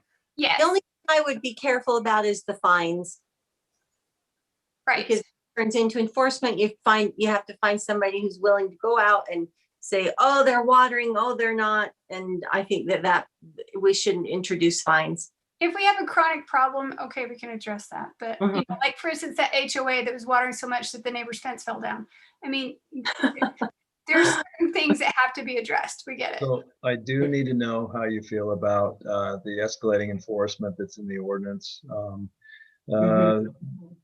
Okay. For us, because we don't have manpower to go out, at nights or whatever and check this out or during the day around every road, it would probably just rely upon complaint. Monitor Facebook, you'll get plenty of them. The first, They'll enforce for you. The way it's described in the ordinance is the first problem that occurs with wasteful watering would be just a notification. The second time, that same individual, it would be a $100 fine. The third time would be a $250 fine, and the fourth time would be termination for the remainder of the season. Tell me what your thoughts are on this. Well, I'll tell you first off, in the past, a lot of the problem areas that we've seen are places where maybe a third party is overseeing the maintenance. Like the HOA, yeah. So HOAs and businesses. Or I'm not going to say all of them. I'm just saying, occasionally in the past I've seen that's. I'm okay with that. So as long as we don't need to go out and look for them. But if they're on a complaint basis, if we see those, we issue the notification. And if they ignore us, then we move on to the punitive measures. I'm okay with that as well. Paul, can I ask you a question? The proposal before us tonight is not a rewrite of the ordinance. Am I correct? Correct. This is years ago. Yeah, it's not that we're changing the ordinance at all. It's enabling Robert's department to enforce, and then that's the main thing. And then declaring that this is a drought recognized by the city, and so it kind of activates us all to take education action. So is there any harm in adopting the council? I'm asking you. Is there any harm in adopting the resolution that's before us, 2115, restricting and regulating the use of pressurized irrigation during 2021? I actually am more comfortable saying that we just went with the ordinance that was already on the books rather than spending time trying to rewrite it. I do understand there's points in here that maybe we're going to get some discussion or complaints about, but at this time, I just kind of feel like what you're suggesting, Mayor, by saying let's just go with what's on the books, it's probably the safest path. But I think that we have to say there's some sort of restriction because we're getting like 6,000 versus 11,000 gallons. huge. That's almost half. Could- You're massive could- restriction. So Could- all of could- these things, all of these considerations, the 7 bullet points in your pack, in that summary sheet, all of those are already in the ordinance. So if you wanted to go with the ordinance, those are the things that are in the ordinance. Could the resolution just be a statement, it's R 2115 that says, because of the drought circumstances this year, we're going to enforce the current ordinance in total? Mhm. And, I agree and, with that. and want to remind the public of where we stand Yeah. and with the knowledge of what's happening this current year. I'm on board with that. How do you guys feel about starting 2 weeks late on the turning good. on I'd like to- pressurizing the lines? I'm fine. Mhm. Yep. Let me just mention on that one then, since that is, the May 1st is not in the ordinance, if you make a motion, would you include that separately? Makes sense. Okay. Yeah, and that's where I'm just kind of wondering if we're changing the ordinance, that defeats the purpose of not changing the ordinance. Yeah, and that's where I'm with you, Dave. We're kind of caught between a rock and a hard spot. Yeah, it's not that it's a bad idea, but there are a lot of people counting on us in 2 days. And if they're counting on it in 2 days and we take action tonight, are we starting down a path where we can't say, look, we're just enacting the current code? But if we say, in addition, we're going to start late because we're getting almost half the water. And due to the cooler temperatures in April. Yeah, and the snow and the rain that's coming that we see on the forecast for the next week. Maybe we can say we're implementing an emergency strategy along with, so an emergency ceasing of water or waiting on the water for 2 weeks longer than normal. And then also we'll be enforcing this year our what's on the books. Okay, now I have another question for Paul then. Paul, this resolution is already prepared. Council, what do we do? We've modified the resolution. Are we okay with Paul rewriting the resolution with those points in it that you've mentioned? If we bring it back up tonight, is that what you're saying later on, once it's kind of like? Well, I don't know that he can send it out to us tonight. Oh, okay. Well, I think we kind of need to do something tonight because it's in 2 days. 2 days, yeah. You can modify the resolution. It doesn't need to be typed up in front of you. If you're comfortable saying, we adopt a resolution with an additional section, section 5 that indicates that we're going to, we would like the water to be, Right. the system to be pressurized on May 1st instead of April 15th. Robert, you mentioned it's not in ordinance, the start date, right? That's just our practice. That is correct. Yeah. Okay. So we wouldn't really be modifying any ordinances here. It's just be modifying the practice. Now, I think you will get residents will be surprised. Yeah. by this. But we have a good answer. But we need to be responsible. Yeah. Yep. Mr. Mayor, I'll go ahead and make a resolution if that's okay. Okay, Jordan. I propose that we accept resolution R21-15, restricting and regulating the use of pressure irrigation water during 2021 as outlined in the packet, with the additional stipulation or section 5 added into the resolution, postponing the pressurization of the system until May 1st. Okay. Do I have a second? If that is May 1st a Sunday or something like that, let me just make sure I'm not making people work on weekends. It's Saturday. Saturday. Saturday? Which day? Is that do you okay? want? Or would you prefer May 3rd, Robert? That's fine. May 1st is fine. Okay, May 1st. Okay. Do I have a second? Second. Second by Lisa. Any further discussion, council? All in favor? Aye. Aye. Any opposed? Okay, Cassie, would you record that as unanimous? And thank you, council. That's a difficult one to discuss. I'm sorry we're having to discuss it. If it would only rain. Pray. Now we're down to item number 11. Let me preface this a little bit. Dave, did you get a call from Brody this afternoon? Yes. Did you? Okay. You were the last one that I knew that he was going to contact. I think he contacted the rest. Brody, do you want to go ahead and review where we are with this? Sure. So council, in front of you on this item, we have an authorization to execute a Rep C sales agreement with Fieldstone Homes. Our property, 1150 South, 1000 West, went through a open and public bid process. The winning bidder was Fieldstone Homes at $4,335,000. In the packet is an outline of the general terms of what that agreement would have in it. One of the items that was just updated earlier today was the issue of water that we were just talking about, actually. So in the RFP, there was a paragraph talking about the subject property for sale and included the water rights.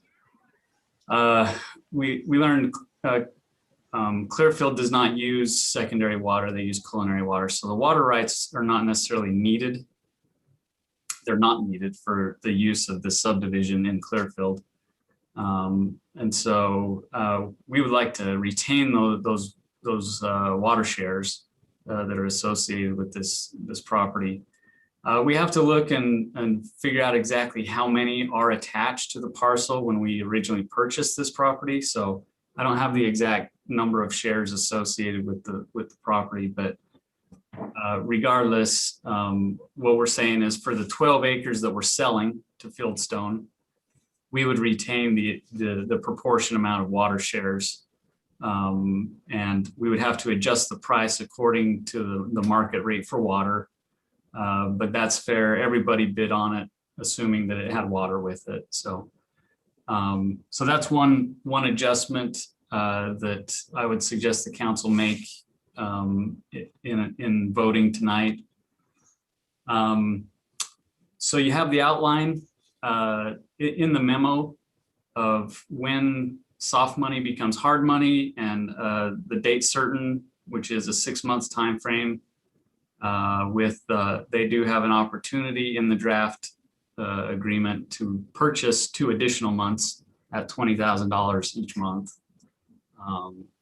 So that's where it sits right now. And just if you have any questions, feel free to let me know. Jordan, do you want to start this? Sure. I'm actually in favor of trying to retain those water rights, and it is fair that we compensate them accordingly, or at least reduce the price by as much. And so I'm in favor of that. You had talked about the duration. When we talked earlier, we were looking at trying to reduce some of those durations. Do you want to talk to that as well? Yeah, there's been some discussion about, internally, I think they would prefer the 6 month time frame with the 8 month extension, and that's just one thing that we have in the draft. We wanted to talk to you about it.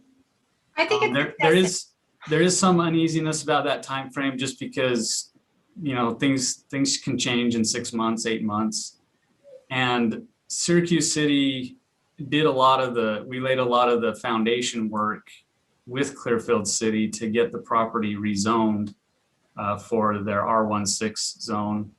And so we don't know that much time is really needed, but unless they were going to try to change the zoning or something like that, but that wasn't the intent in putting the RFP out, but that's what they would prefer. And I think that's something the council should consider, is whether that should be extended that long or not. Okay. Yeah, I would prefer to leave it closer to 90 days, like we've kind of discussed a little bit. I think that's a safer, more conservative approach to this based on the groundwork that's been done already. And have we floated that with them? Rights. Well, we know that Clearfield is motivated to develop this land. We know that that's why they were holding it hostage for all those years that we couldn't make it into a cemetery. And it's because of our negotiation with them to divide this land and sell some off for homes. And that's their request, was single family homes that match what was already in there next to it. And so I think 90 days is plenty. And we need to have some hard milestones for them to fit that tighter timeline. They need to apply sooner. They need to apply with Clearfield and let us know, within the first week or two. The market is, they shouldn't have any problem doing this. It should be good to go. Yeah, if we were to go back, so tonight, if you were to do like a conditional approval of the conditions, and you wanted 90 days, what we would do is we would go back to them. We haven't had that discussion with them of the 98-day time frame yet. So that's something that we could do and go back to them and say, hey, we want to do 90 days to close this out. And we really don't see a reason. Is that just for the closing conditions met? That's when they're going to say, yes, go for it.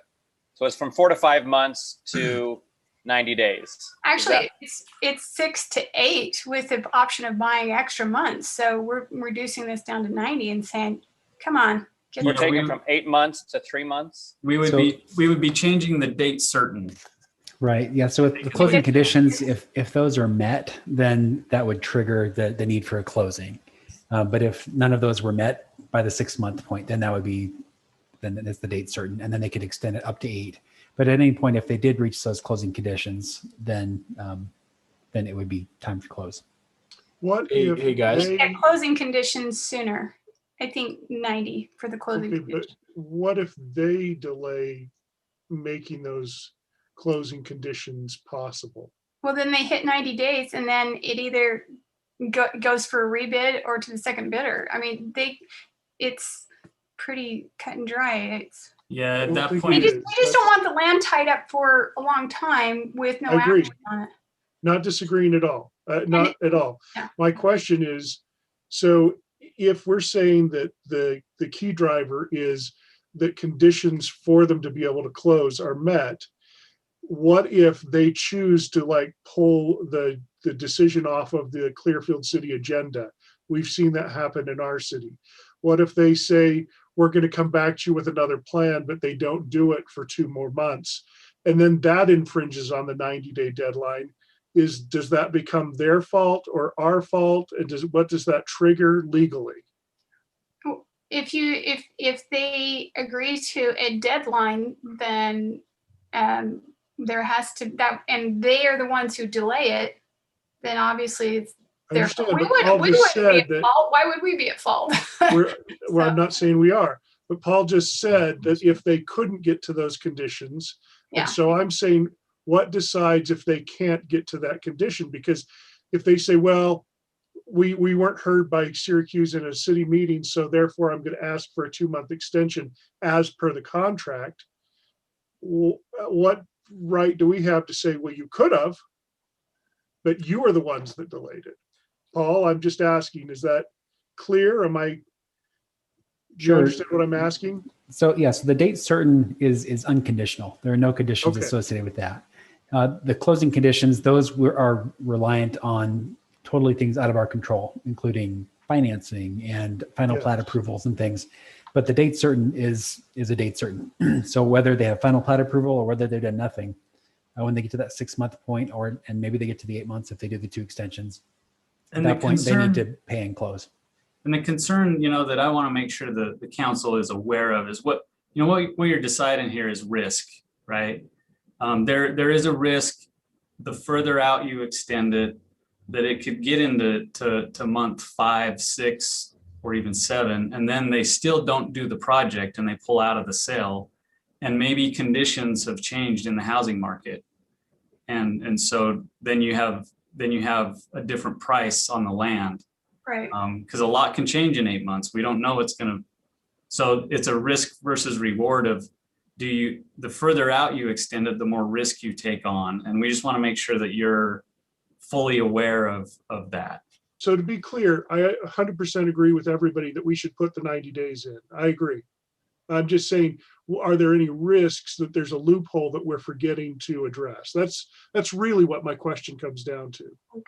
Guys, if I can just jump in with the 90-day thing, and just maybe help you guys understand what they need to do with Clearfield. And maybe you guys understand already, but they want to get to final plat before they close, which is common.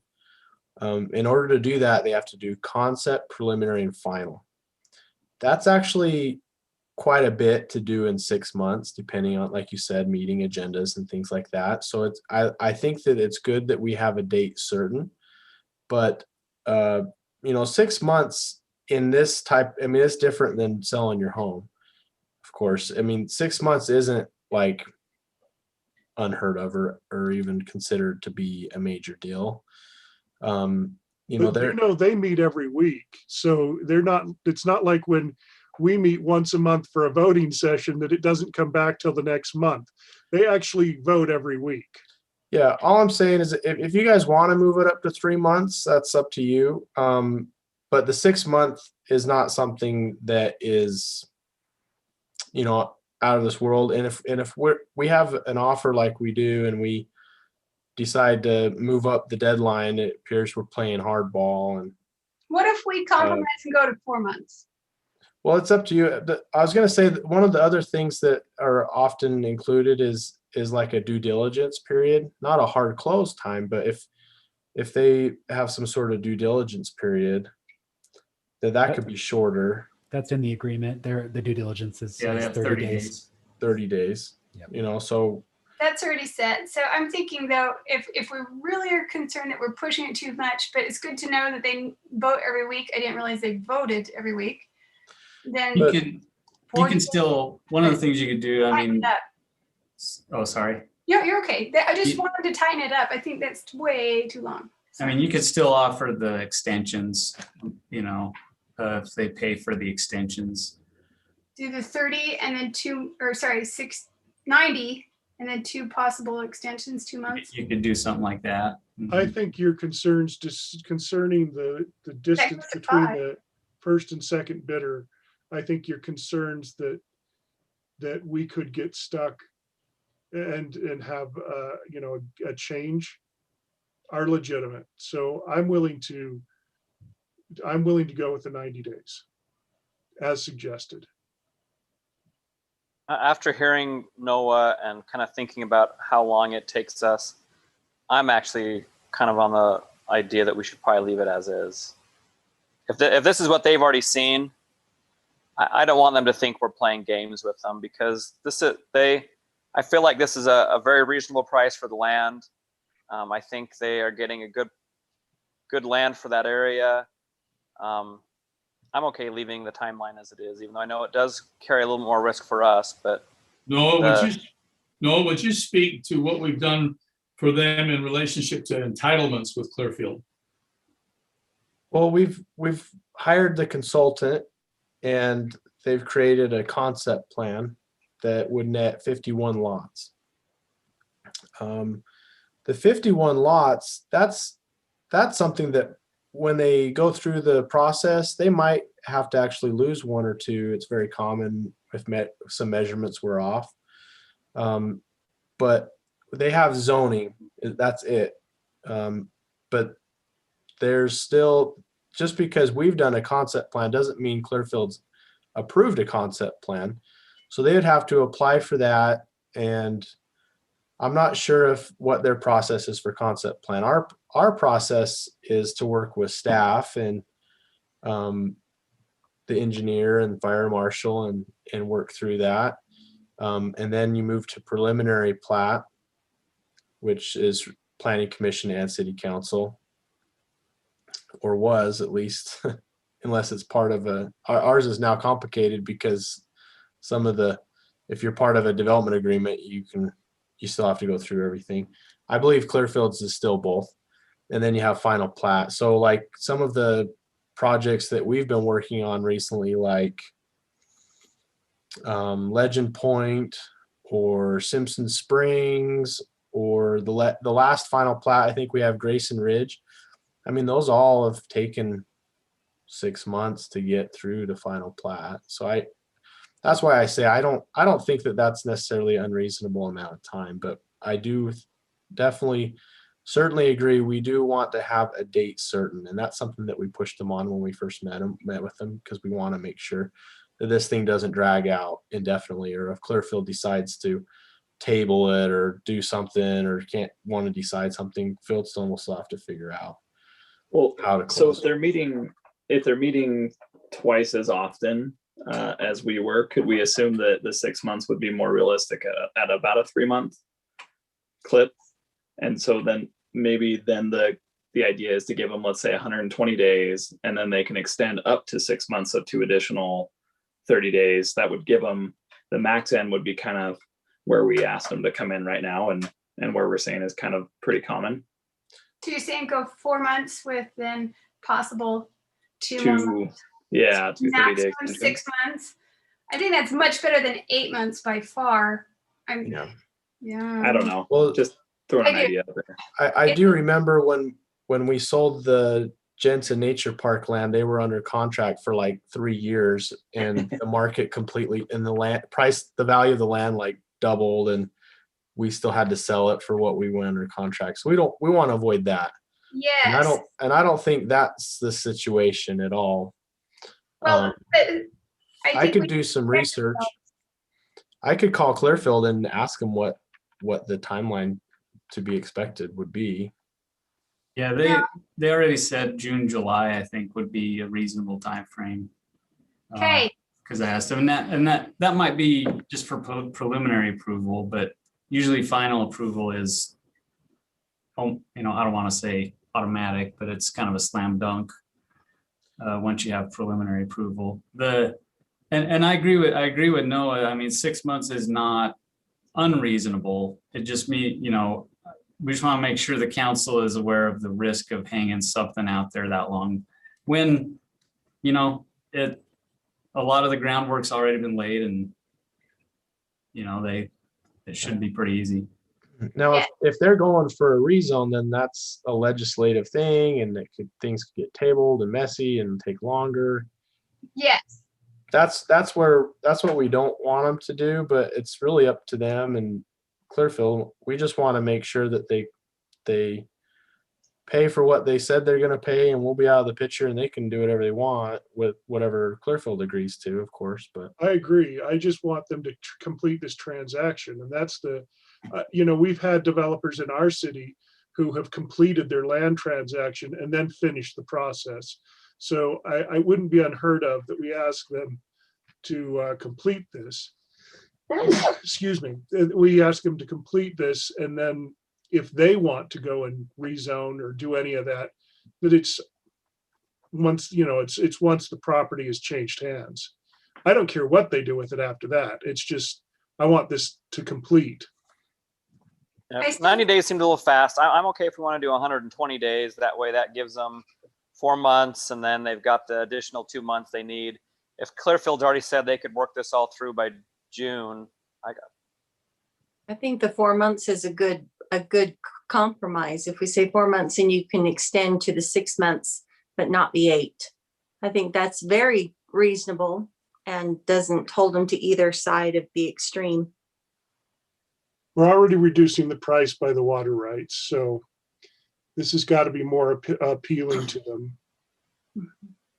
So the one of the other conditions that I want to make sure you're aware of on the conditions of sale is, they wanted to make sure that they get at least 51 lots.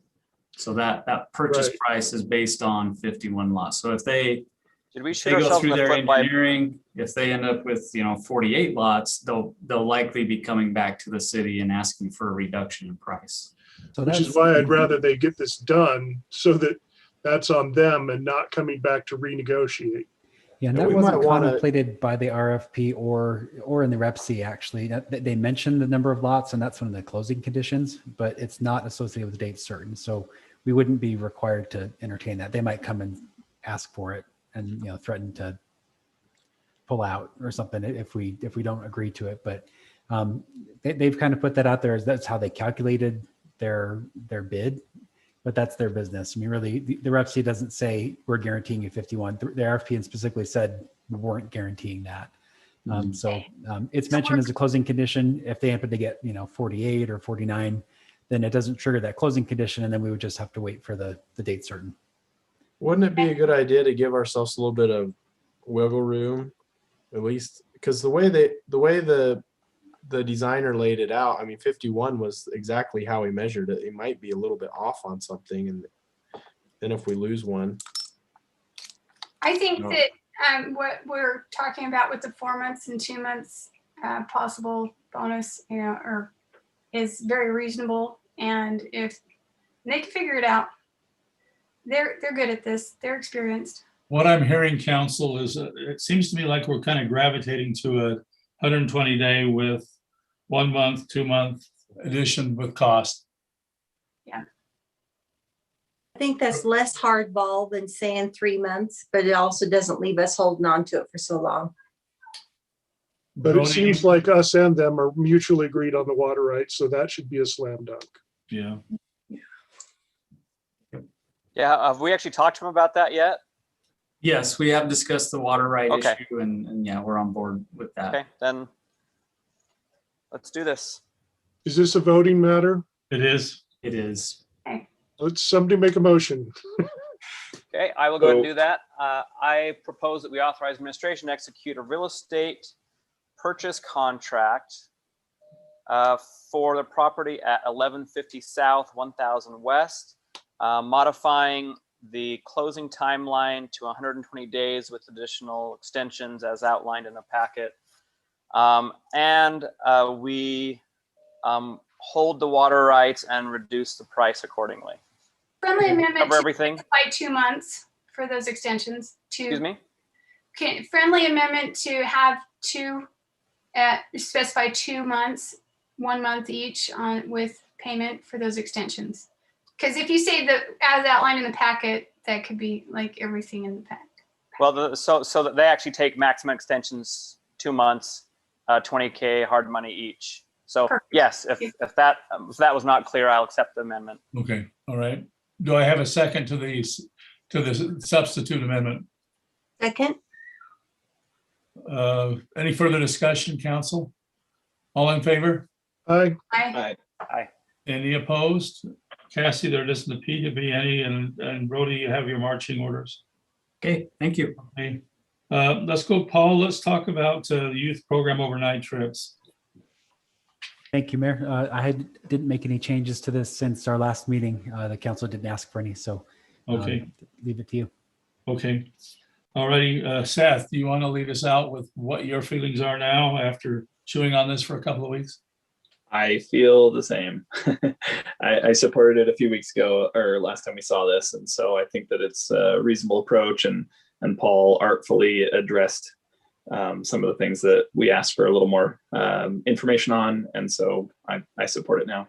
Okay. Lisa, you deal with the youth that do a lot of this traveling. Where do you stand? I think it's a great idea to have something, even if we don't use it regularly, to have it on file keeps us in better legal standing, in my opinion, and keeps us from getting into the weeds. So I think that it's great. I appreciate all the work Paul did on it. It covers from one end to the other. Okay. Corinne? Quick question. As I read through it, I didn't see a note just saying that a participant would not be released from an activity except to a legal guardian or parent.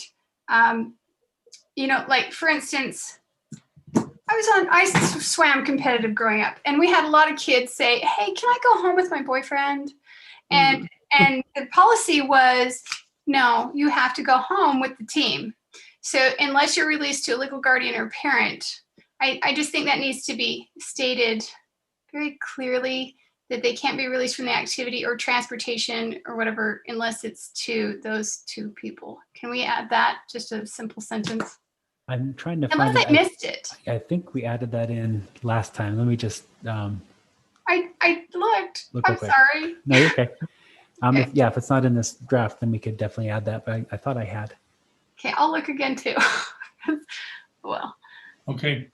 Is that under 2C? Not to be left alone. During a No.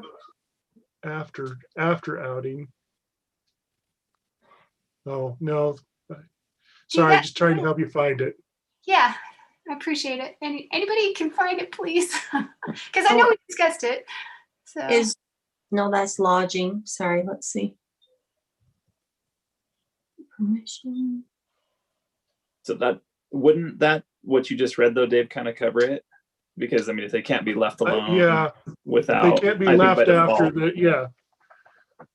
I mean, that kind of is there, but you tell me. I'm just trying to help you find what you were looking for. But leaving them alone versus who's going to provide transportation home, or, you just. I think this is an old version. That's what I was thinking I too. think I must have uploaded because this doesn't address the transgender issue either. No. This is an old version. I apologize. I'm going to make I a think we should motion. delay it. I'm going to make a motion that we table this because we don't have the current version in front of us. Thank you. Because that was the next thing I was going to bring up. I'm like, am I missing something? Okay, do I have a second? Second. All in favor? Aye. Any opposed? Okay, let's table this. We'll bring it back. I read on there, Paul, that you said that you didn't make any changes, so I was like, I'm good.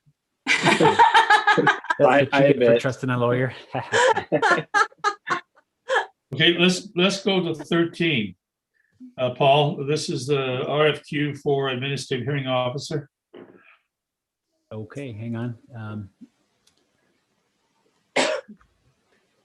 Okay, yeah, so as we discussed last time, you wanted to give it a little more time. The mayor managed to get, and I think through your efforts as well, council was able to get a few people who were interested in serving on some boards, including the Board of Adjustment.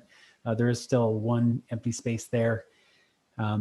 So it seems a little less pressing now, but the issue could arise again. Or if there are other reasons that you'd like to get administrative hearing officer, it's up to you. So it's really, we've discussed it pretty well in the past. If you don't want to get one, you just want to make that policy decision. If we just don't want one, then I think we would need to look at a couple of code changes just to address other administrative issues and identify who would hear those appeals if there was an appeal. Okay. Let me run across the board and give me your opinion on what we ought to do here. Corinne, can I start with you? Sure.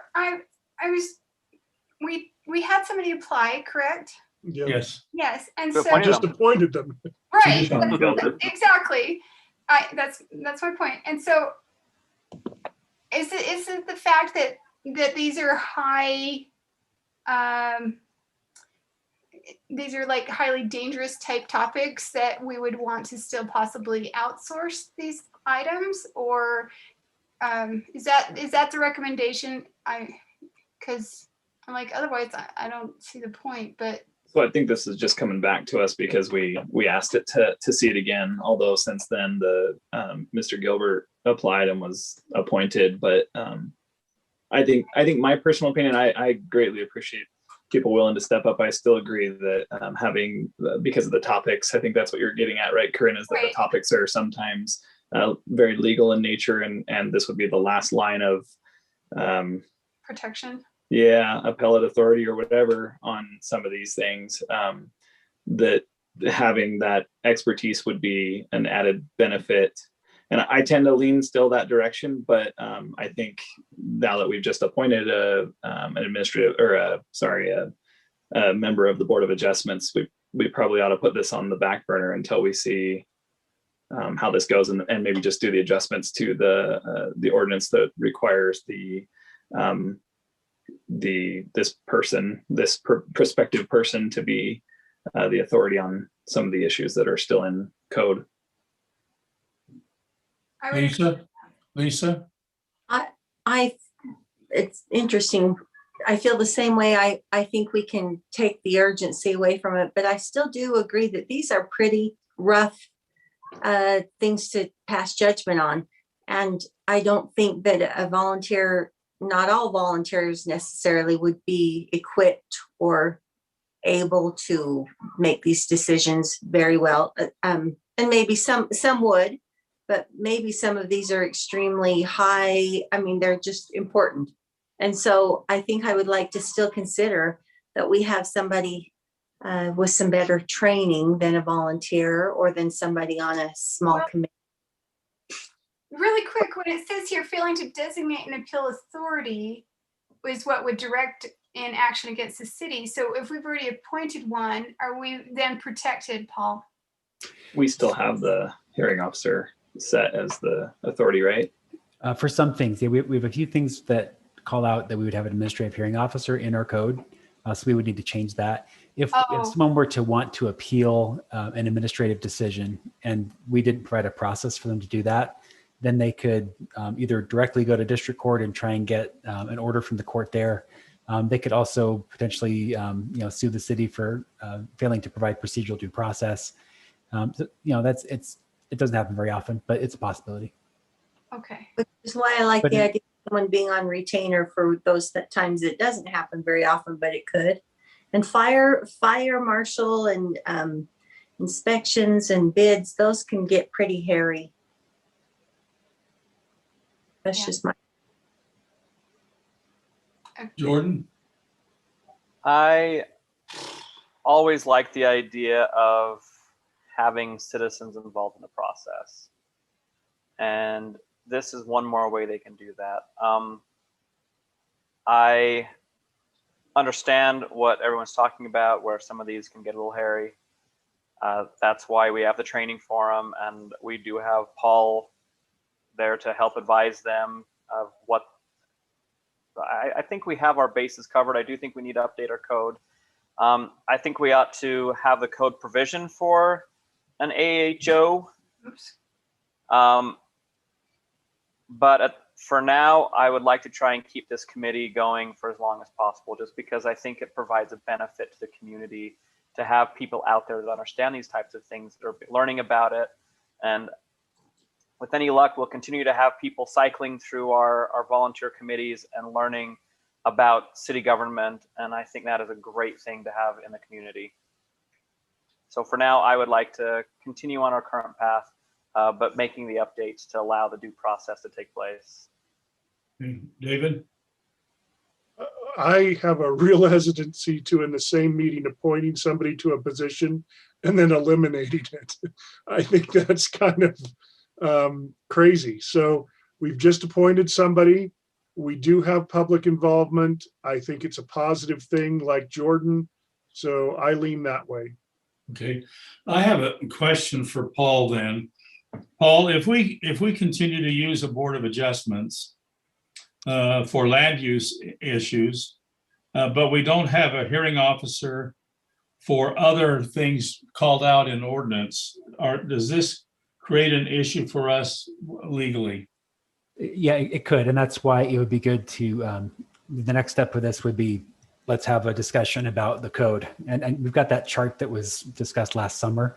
I'd say let's get the chart out and let's say, okay, who do you want to hear these things? And let's have the council just make those decisions.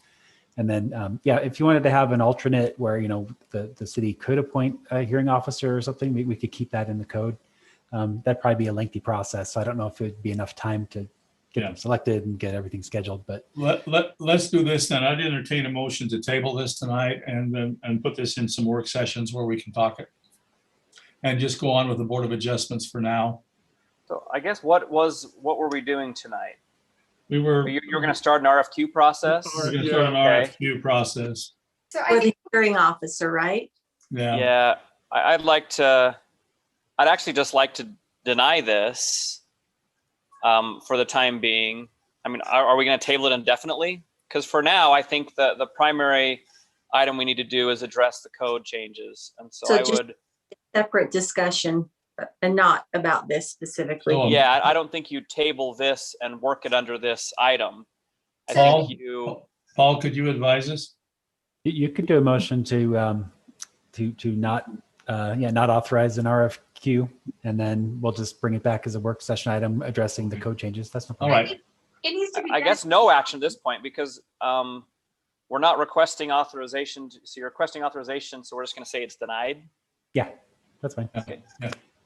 Okay, I need a motion. Motion to deny the request to release the RFQ for an AHO. Okay, I have a motion. Do I have a second? Second. Second by Corinne. Any further discussion? All in favor? Aye. Aye. Any opposed? Cassie, would you record that as unanimous? Okay. Mayor, can we make Yes. sure that the new discussion of the changes to code happen Yes. right away? Like Yes. next whatever meeting. Yes. Yes. Cassie, would you put that on the agenda for the work session in April? Yep. Okay. Let's talk about some annual training. Paul, you've been on deck for 3 months. Are you ready to swing? I hope so. Here we go. All right, are you looking at my screen? Yes, sir. Okay, I've given this presentation for probably the last 10 to 12 years, and the law really hasn't changed a lot. So I'm hoping to make things a little more interesting this time. So we're going to use lots of acronyms. These are made up, most of them. We've got OPMA and UMOIA, and lots of other acronyms presented by CAPHRJDMA in front of the SEC. So what we're going to do is we're going to have a little game, and we need to keep this clean. And I'm looking at you, Lisa. We got to keep this clean. I'm just kidding. So there are going to be some acronyms, and it's going to be a guessing game. And so this could be a little bit of Freudian, but there are going to be acronyms, and I want you to guess, what you think they are. And some are going to be easy, some are going to be ridiculous, and that's okay. Because we're mostly just wanting to present the material. Now, I can't see you with my screen being shared, so you're going to just have to shout it out. So no raised hands. It's just going to be a free-for-all. May the loudest of you win. And there are no prizes, just to be clear. All right. So if that's okay, hopefully the format makes this a little bit more entertaining. All right. Let's see if I can't. There we go. Okay. EMs and EMs. Any guesses? Extramarital and Electromagnetic. There we go. Extra M&Ms. Emergency management. Environmental mitigation. There's so many EMs to choose from. I'm going to give you a hint about, none of you got it yet. Sorry, no extramarital discussion here. Here's a clue. Any clues? Emergency medical? Emergency management. I said emergency management. We're sure close. All right. Medical. Emergency meetings. Emergency meetings. Emergency meetings. Meetings. Those may be held to consider matters of an emergency or urgent nature. Maybe we'll talk a little bit more about that on the next slide. But what about the other EM? Any other guesses on the EM? Executive meeting. No. That's what we used to call closed sessions, but that's not it for this one. That's a good guess, though. Here's a clue. Anyone? Entirely mundane. That's every meeting. Electron.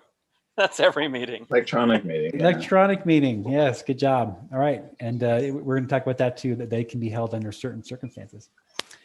All right. Here's a new one. Emergency meetings and BNP. What is BNP?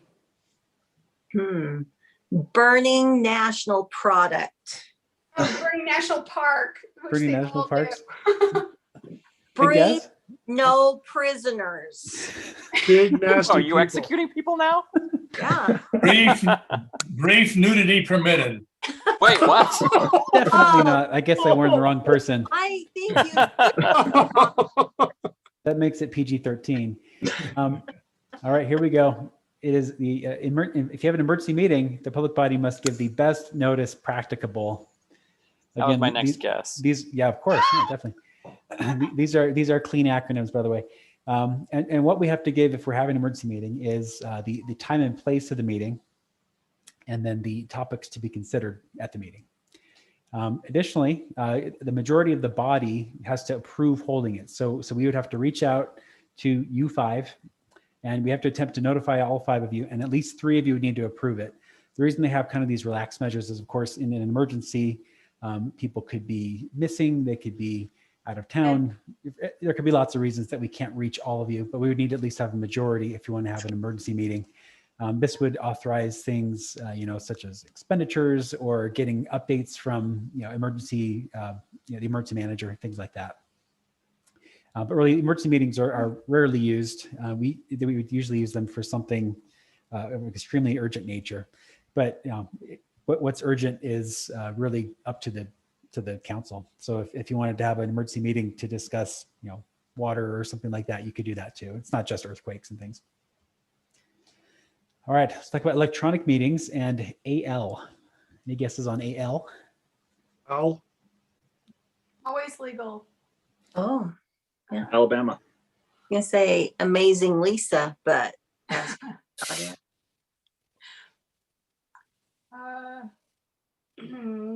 Average. Appropriate language. Appropriate language. That's Mayor. All right, this is a term that Something low. we've had a lot of electronic meetings, and we've actually lacked this in the past. And if we have any in the future, we're going to need one. Anchor locations. So usually, electronic meetings need to have an anchor location. That means that even if you have a meeting that is held entirely virtually, you need to have a physical location to which the public could attend if they wanted to attend in person. And if the public is going to be heard, like for a public comment period or a public hearing, then they would need to have the means to do that. So if this were to happen, let's say in the next month or two, if we decide, hey, let's start having some in-person meetings or hybrid meetings or something, we would need to start having the anchor locations as part of it. Part of the code also says, public bodies can hold electronic meetings if they've adopted a rule that allows it. And we do have rules in place, and there was a policy that was adopted a few years back by this council that put restrictions on like the number of people that could be in it, whether you could participate in a closed meeting or not. But anyway, there are things you can put any restrictions really that you want. But those are some things in code that they say, you can say, for instance, you have to have a quorum at the anchor location, but you don't have to. You can have an entirely virtual council, but as long as you have an anchor location for the public to go to.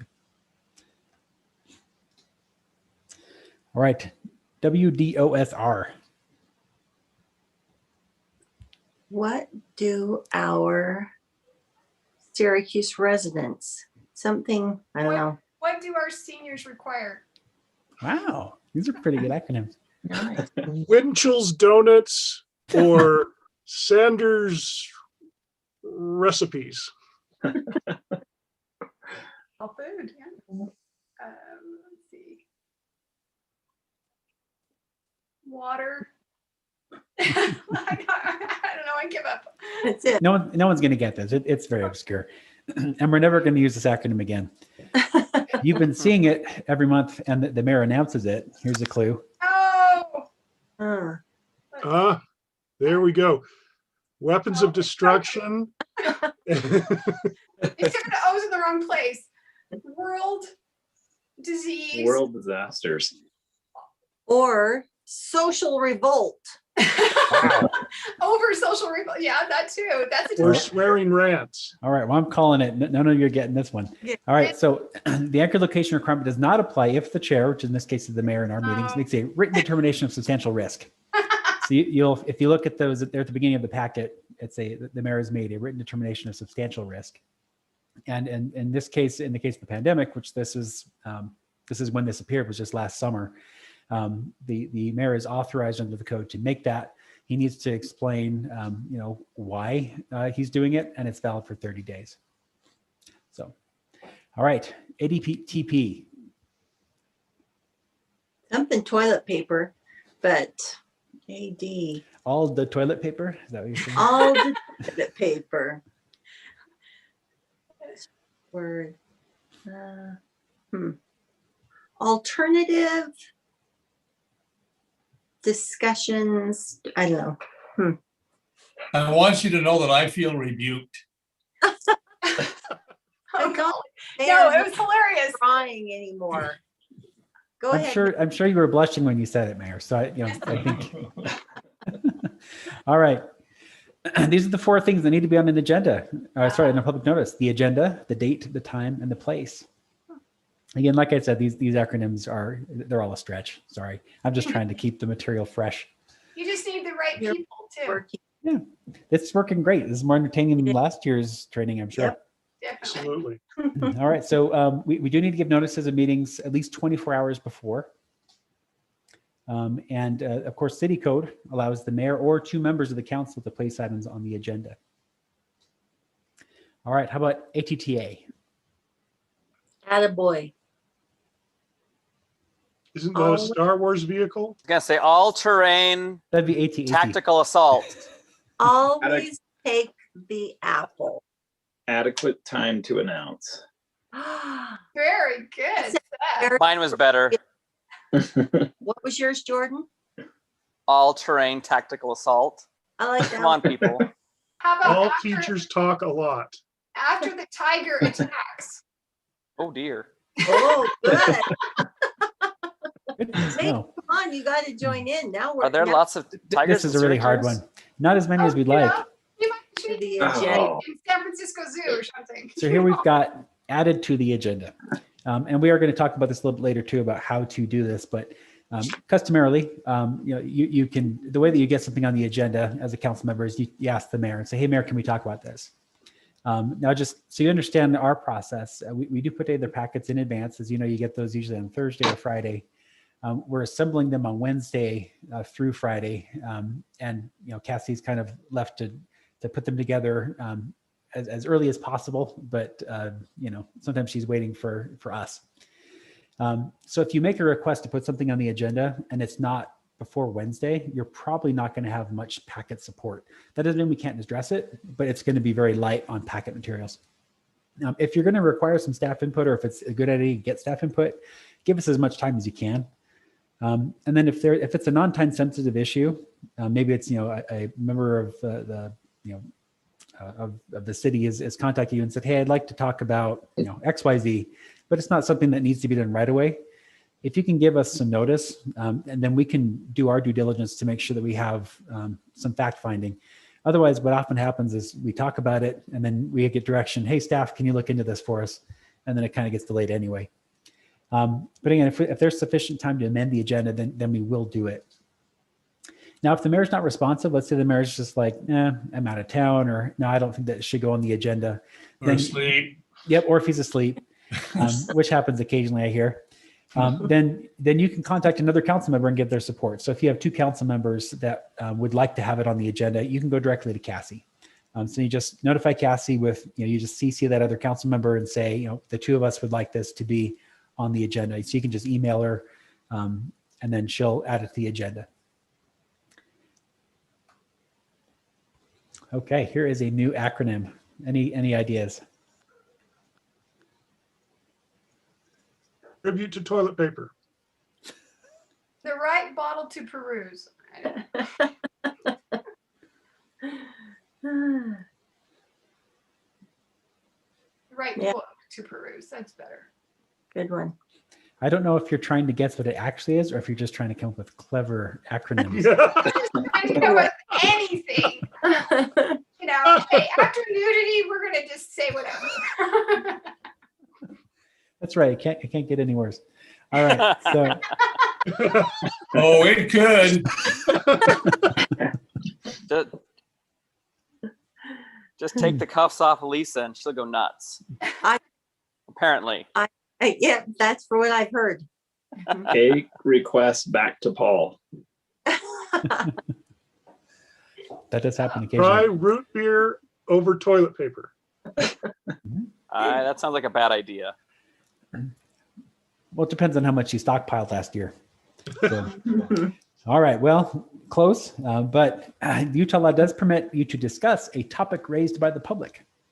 Occasionally, public will be interested, and if you had like an outpouring of people who all came up and said, hey, we really want you to talk about this, you are allowed to talk about it, even though it wasn't on the agenda, if it's raised by the public.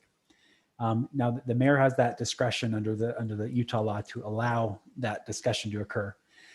But you can't make a decision. So you can't take final action. So you could talk about it for an hour if you wanted to, but you can't say, okay, here's what we're going to do. We're going to adopt an ordinance, or we're going to adopt a policy.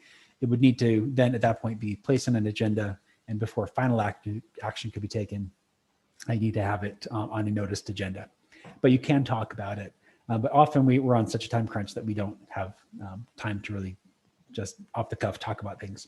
See, this is interesting because I don't think I was clear on this point. I wasn't. I was always heard that the rule was if it's not on the agenda, we can't. Yeah, the law permits it. I mean, really our practice has been, and it makes a lot of sense when you think about practically speaking, you want to get the best information in front of you. And often you want to have, maybe you need to have, Robert weigh in, or Cresta, or someone, you have a little more time to research it and present the evidence to you. But yeah, you are allowed to. But it's up to the mayor to decide whether to allow that or not. Under state code. All right. Waste management. William. Why me?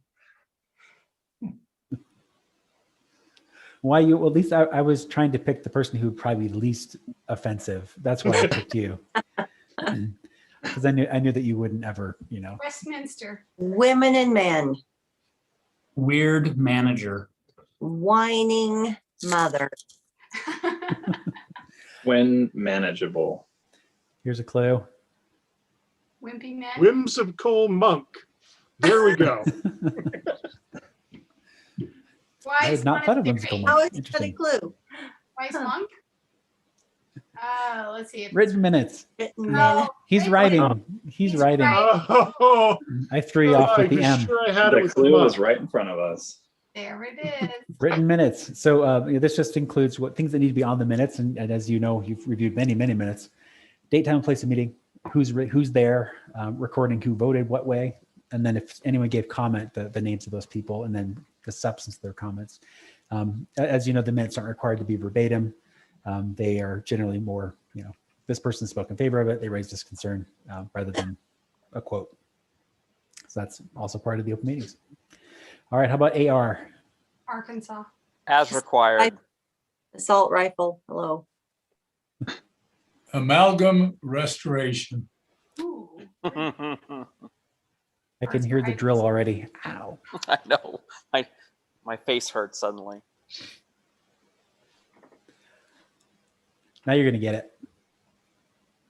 Audio recording. Audio recording. Audio recording. All right. Audio recordings, we need to keep them and make them public within 3 days after the public meeting. Under the law, anyone who wants to come in and record the meeting themselves is allowed to, as long as they're not like shoving the microphone in our faces or things like that would interfere with the meeting. So if you've got a person that's, you know, really wants their own recording on their cell phone, maybe they don't think that our recording is going to be accurate or whatnot, that's totally fine. We can't tell them to stop. Unlike court they can, but under the law, we have to allow them to make their own recordings if you want. I don't know why we would stop them, but it can be kind of obnoxious sometimes. There is exception to the recording requirement if you're on a site visit or a traveling tour, and if you're not taking any votes or taking actions. So if you wanted to go tour, you know, the sewer plant or a, you know, some land that we are, you know, just purchased or something like that, you could do that, but you just can't vote or take any action. All right, EMT. Emergency management team. Emergency medical technician. Empty, as in empty records. Elephants must tiptoe. MTC. Electronic meeting timeline. Electronic meeting something. Transmission. Transmission, that's good. Here we go. All right, we're getting close. We're close. Well, cell phone. Yeah, what you're supposed to do with it. Texting. Something. Not Okay, here we allowed go. emit, electronic message. Message transmission. Yep, Oh, you're so close. You were close. So except during meetings, OPMA doesn't say that you can't text or email each other. Now, during the meeting, you're not supposed to. So if any of you have been doing that, better stop. As members of the body, I don't think you are because we've gone over this. But you know, outside of the meeting, you are free to text, email each other as much as you want. It's not a violation if you're, you know, texting one another. Now be aware, if you are texting about city business, people can grab on those if they're interested. So that's something that you need to retain, and people can review them. So it's not as if there's no transparency. It's just OPMA doesn't cover that. Now we're going to take time out real quick, and we're going to talk about this a little bit later too. Now email communications are permitted by OPMA. It's very clear, but convening, including electronically, to discuss a matter as a body is prohibited unless it's during a noticed meeting. So what we can't do is turn an email communication into a meeting. And that happens if you convene. You also can't act upon a matter. Now, sometimes you might get an email from staff and it goes to the whole council. Now staff, I don't have any power as a city attorney, nor does Brody as city manager, to convene a meeting. So us sending an email to the whole council is definitely not convening a meeting because we don't have any power to do that. So in that case, we're just seeking guidance, or maybe we're offering counsel or things like that. and seeking information about the exercise of our executive discretion. So staff emails to the entire council cannot be an open violation unless the council turns it into a meeting. So if let's say 2 or 3 of you start going back and forth and having a discussion, that could turn that into a meeting. So for that reason, reply all discussions are really problematic. Now, if we send out an email to the whole council and say, hey, we'd like your input about some issue, and you all respond individually to staff members or to the mayor, or respond individually to one another, that's not going to be a problem. But replying all can be. So I would just caution you that as we go forward, email is a very convenient way to get information out and to discuss things. But just be aware that things could become an open issue if the discussion is ramping up. So often what we want is just some initial feelings from you, and usually the issues are going to come before you eventually anyway. So if you're going to have discussion, have it in the public meeting, or just reply only to the person who sent the email. As long as you reply only to that individual, then it's not a open and public meetings problem. So can I get some clarification on this, Paul? Yeah, so let's say, only because I'm just curious. So if someone asks for how you would vote on this, does that cross a line, even if you reply just to that person? No. So straw polls can be done because the real problem is convening as a body and acting as a body. Even if you all were to, let's say, the mayor says, hey, what are you guys thinking about this issue? And you all replied to the mayor and said, I'm going to vote in favor of it. I'm going to vote in favor of it. All 5 of you did it. That doesn't mean that it happened. The vote occurs in the meeting. So you're not taking action and you're not convening to act upon the matter or to discuss the matter, because you're all individually just giving the mayor, your current position. And that could change. Maybe you're saying, yeah, I'm going to vote in favor of it. And then you hear more information and you change your mind. And that's okay. Thank you for clarifying on The that. debate that would happen in a meeting. No, the vote is going to come before the meeting. Yeah. So it's not eliminating the debate. And certainly if you don't want to engage in that practice, you don't have to. But what I'm saying is it's not a violation of the law to engage in that kind of straw poll. What are you guys thinking? What do you think? And these issues come up, and if you want to have a debate about the issue, it's very appropriate to say, let's have the debate and let's have it in the open meeting, and that's where ultimately the final action is taken. It's the recorded decision that really matters, right? Correct. Well, we've done this. This is the same as having a phone conversation with somebody one-on-one and discussing something and saying, what are your thoughts on it? Sure. Yeah. And you can, as long as it's just one-on-one, you can have those conversations and you can talk for as long as you want. It's not an open meeting problem. Ultimately, you're going to have to make your decision in the public, and and any debate that occurs before that will be in the public. Is there any limitation to what's actionable without a public meeting? What do you mean? Well, let's say that you ask the question, how does everybody feel about X? And then you take action without ever bringing X to a meeting. Well, let's say that, so if in those cases, it might be that they're just seeking your input and it's not something that you have jurisdiction over specifically. So if the mayor has, I'll use an odd example. He has the power to essentially commute the sentence of anyone convicted of a city ordinance. And he says, hey, just so you know, I'm thinking of commuting the sentence of someone who was cited for a code enforcement violation. They've corrected the problem, and I just want to do this. What do you think? Is that going to be a problem? Now, you don't have the ability to override him, but he's seeking your input on his executive action. So he could take action without you. So as long as it's an item that we can take action without the council's vote, then that wouldn't be a violation. Now, if it's something that we would need to have your vote on, like executing a contract or selling property or amending an ordinance, one of those things that can't happen. We would just the direction would be, we're going to bring this before you in a meeting, in a notice meeting. Does that make sense? Yep. And or if he's asking if there's any interest in a topic and nobody's interested in discussing it, and it might not appear then on an agenda. Right, because that's part of the mayor's power is to place items on the agenda. And so if he says, hey, I'm thinking of placing this on the agenda, what do you think? And no one says, yeah, I want to hear that, then that's really just you're informing his discretion. And if maybe two of you think, well, actually, I do want to talk about that, then two of you can place it on the agenda. So is that relatively clear? Yes, thank you. That answers my questions. That's good All right. clarification. Yeah. Okay, here's a new one, PM. Project manager.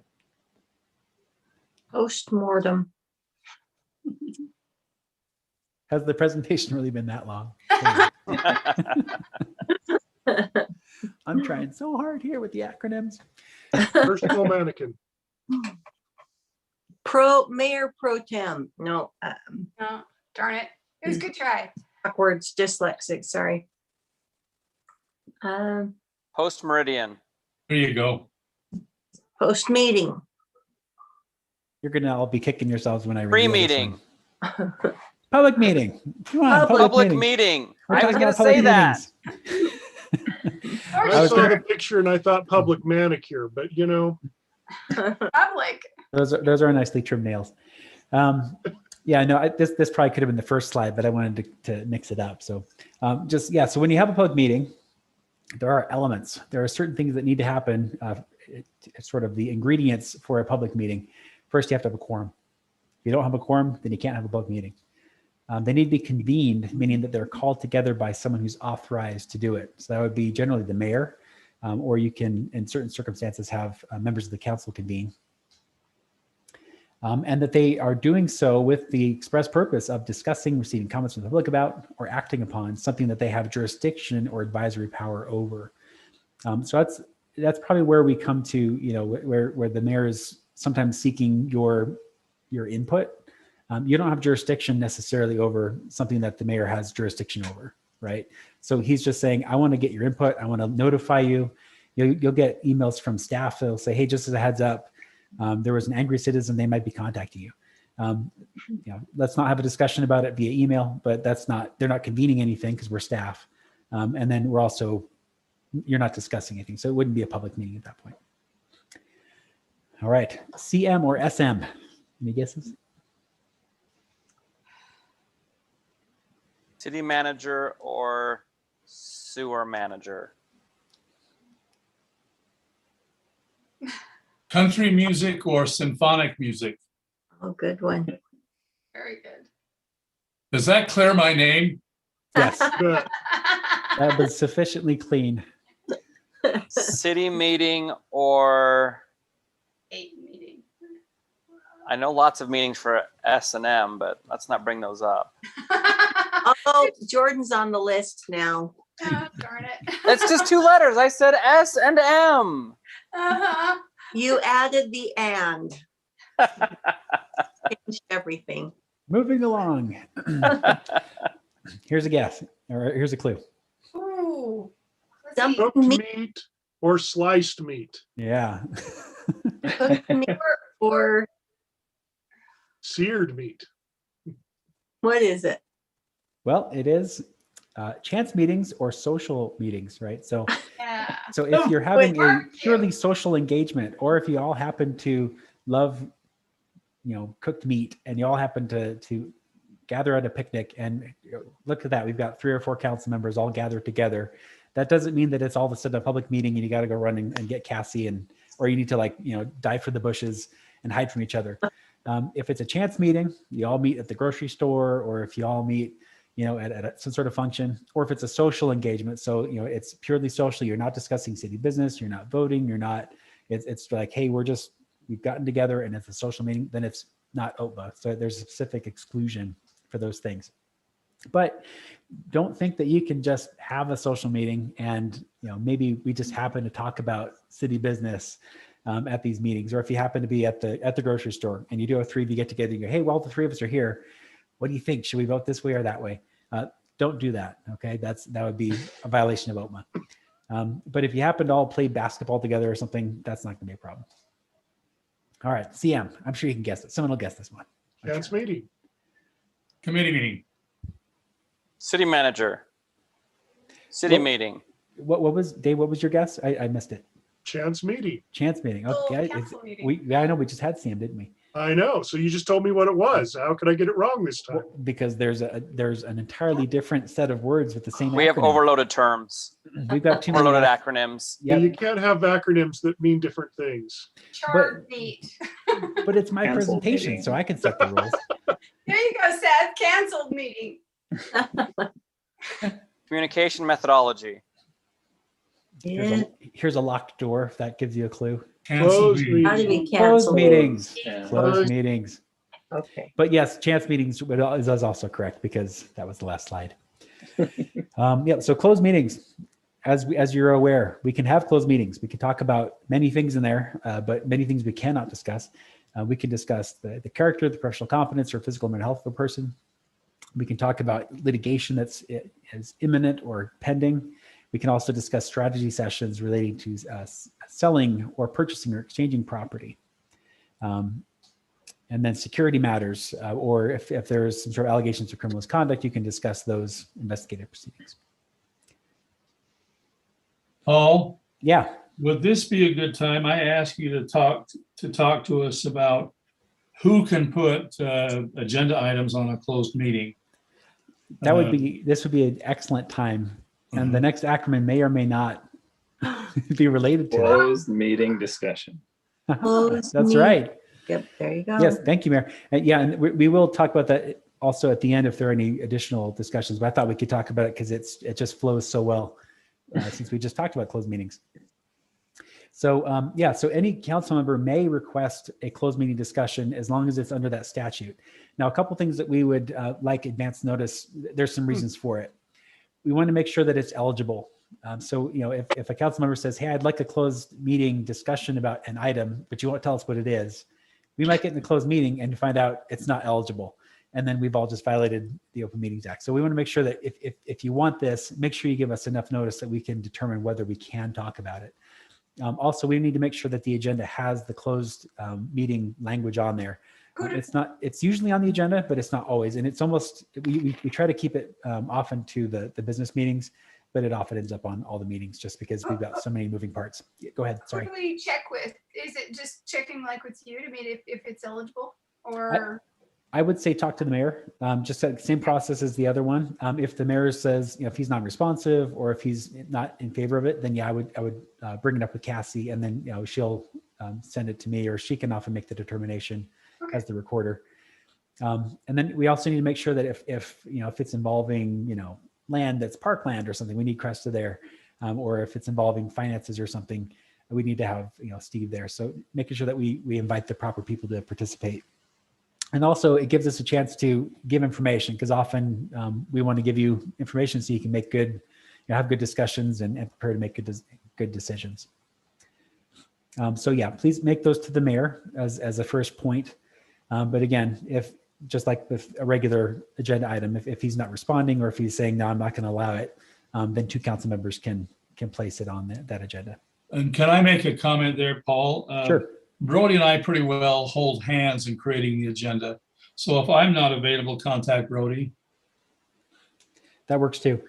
And then, yeah, as long as we've got the closed meeting notice on the posted agenda, then you could bring up an item during the closed meeting, but you need to make sure you just say, hey, can I bring this up at the earliest opportunity? So if maybe something's coming up on short notice, as long as it's noticed on the agenda, then we can talk about it in the closed meeting, but please give us notice so we can at least make sure we're allowed to talk about it. And then also we'll get as much information as we can. Any questions on that? If we try to put something on the agenda, do we have to hold hands with Brody? Do you have a problem with holding Brody's hands? I mean, you mentioned that. I've never been that close, but I like the guy. It's That one always, got it's awkward. always good to join hands. All right, this one you can get because it was early in the presentation. If you can remember what this is called. Umi. Umoia. Under my own executive esteemed. You see how well we retain, Paul. That's why we train on this every year. It was on the first slide. I don't think you defined it, did you? I didn't, but I thought maybe you'd remember, kind of. I figure it remember out from seeing it, but you didn't have a definition for it. that. No, I didn't. That's just cheating. You can't It say is. you've It's seen true. it before, so you should know what it is. You have seen it because every year we talk about it, but you're right. That fair point. And this is hard to remember. So this is the Utah Municipal Officer and Employees Ethics Act. Of course. That was We forgot yeah. that. I can't believe that all of you didn't have that just on the tip of your tongue. We did. You Yeah. did. All right, that's good. So this governs, of course, elected and appointed and employed individuals of local government. So it applies to everyone, unless we have a member of the public listening. Probably everyone participating currently in our meeting are governed by this act. And so it sets some boundaries in which we need to operate. Now, generally speaking, if you violate these standards, looking at the code, they're generally a criminal offense. Now, there are some exceptions to that, but for the most part, if we violate the Ethics Act, then they are prosecutable. So any guesses on what UOOFPB would be? Utah Office of Fraud FPB. Prevention Bureau. Fraud Prevention. Good. Sure. Well, I like that one. Foolproof butlers. First place buddies. Good guesses. All wrong. Hold on. All right. in It's my- okay. Ethics Act, it prohibits the use of office for personal benefit. For personal. What does that mean? So a person can't use our official position. So I'll use myself. Let's say that as I'm meeting with defendants in the justice court, I also have a side law practice, and I engage them and say, hey, just so you know, I also do trusts and estates. So if you're interested in a trust or estate, I can give you a discount if you just plead guilty to these charges, right? So that would be problematic on many levels.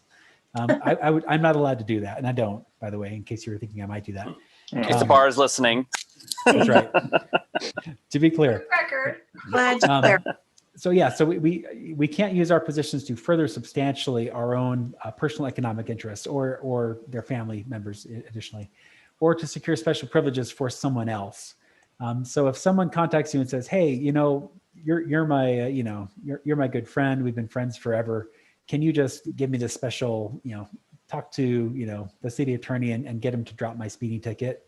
The answer to that's got to be no. We can't do that. We don't give special privileges to people.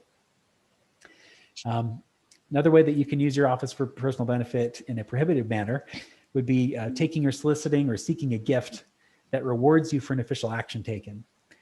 So let's say you vote on an item and you get an email from a person who benefited from your decision. They say, hey, I would just like to thank you for that, and I'm going to give you $1,000. That's a problem, right? So that would definitely be something you can't do. Especially if the gift is something that would influence a person to depart from the impartial and faithful discharge of our duties. Now, if a person provides an occasional non-pecuniary gift of less than $50, those are exempted by the act. That would mean anything but cash or gift cards. So it could be a meal, or if it could be a shirt with like a logo on it or something like that. Those are exempted. Those aren't the type of thing that the legislature thinks are problematic. That doesn't mean you have to accept them. It's up to you if you want to go above what's the bar set here. Here's a good example of someone using their office for personal benefit, allegedly. This is all alleged. This is a recent, maybe you heard about this just about a month ago. We got a person who was charged in court. He was a parks manager who was allegedly awarding road construction bids to his own company. And he even was paying with state money his company for work that was never completed, according to the charging documents. So I assume he saw these trainings, and if the allegations are true, then he ignored them. Everyone is innocent until proven guilty. I won't say he's guilty, but he has been charged with that. So anyway, it does happen, and it's happened very recently, allegedly. Gotta keep using that word. All right, RPD. Raccoon Police Department. That would be so cool. Can we get one of those? Per diem. Regularly no. No. No. All right. No more guesses. Tired. This one's way too hard. Gifts that would tend to influence a reasonable person's decision are prohibited under the act. So even if it's like $10, like if $10 would, I'm just kidding. If it would influence a reasonable person's decision, then that type of gift would be prohibited. That could include, like, you know, maybe you've got a bank that offers a loan at a below fair market value. But this does exclude, for instance, campaign contributions. So it's okay for a person, maybe you've got, as an example, like a developer. They go, I like your public policy. I think, you know, what you like, you know, what you're saying is good. Or you have maybe a resident. They go, you know what? I appreciate that you are voting in a certain way, or that you've got this policy. Campaign contributions are permitted. Remember, you have to disclose those, and there's all the disclosure requirements and things, but that is excluded from this idea. So yeah, campaign contributions are separate. An actual loan is okay. You can go and get loans if you need to buy a car or a home. And then, as I mentioned, non-pecuniary gifts less than $50. Or if you're given an award for service that's publicly given, you know, maybe there's a, you know, Lions Club or a school or something, and they want to give you an award, and that includes like a check or something. If it's given publicly and it's like a, you know, a bona fide, you know, award for service, that would be excluded from this. Nobel Peace Prize.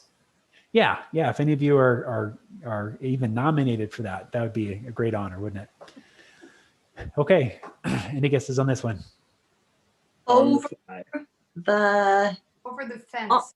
On the farm. On the fence. On the fence. Oh, good one. Only 2 faces. Only 2 faces. That's a good politician if he only got 2 faces. 2, not 3, Okay. just 2. All right. Well, here we go. Here's another clue. Off to the federal penitentiary. That's as close as we need to get. All right. So here are some potential penalties for violating the act. 1 to 15 years in prison. That's OTF. If the person has gained if the value of the compensation they receive, so let's say someone is paid to aid in a transaction and they fail to properly disclose it, for instance, or if the value of what was gained improperly is more than $1,000, it is a second-degree felony, and that has the potential penalty of 1 to 15 years in prison. If it's as small as these numbers are a little outdated, I think, because I mean 100 to 120 to 250 is a Class A, but $100 or less is a Class B.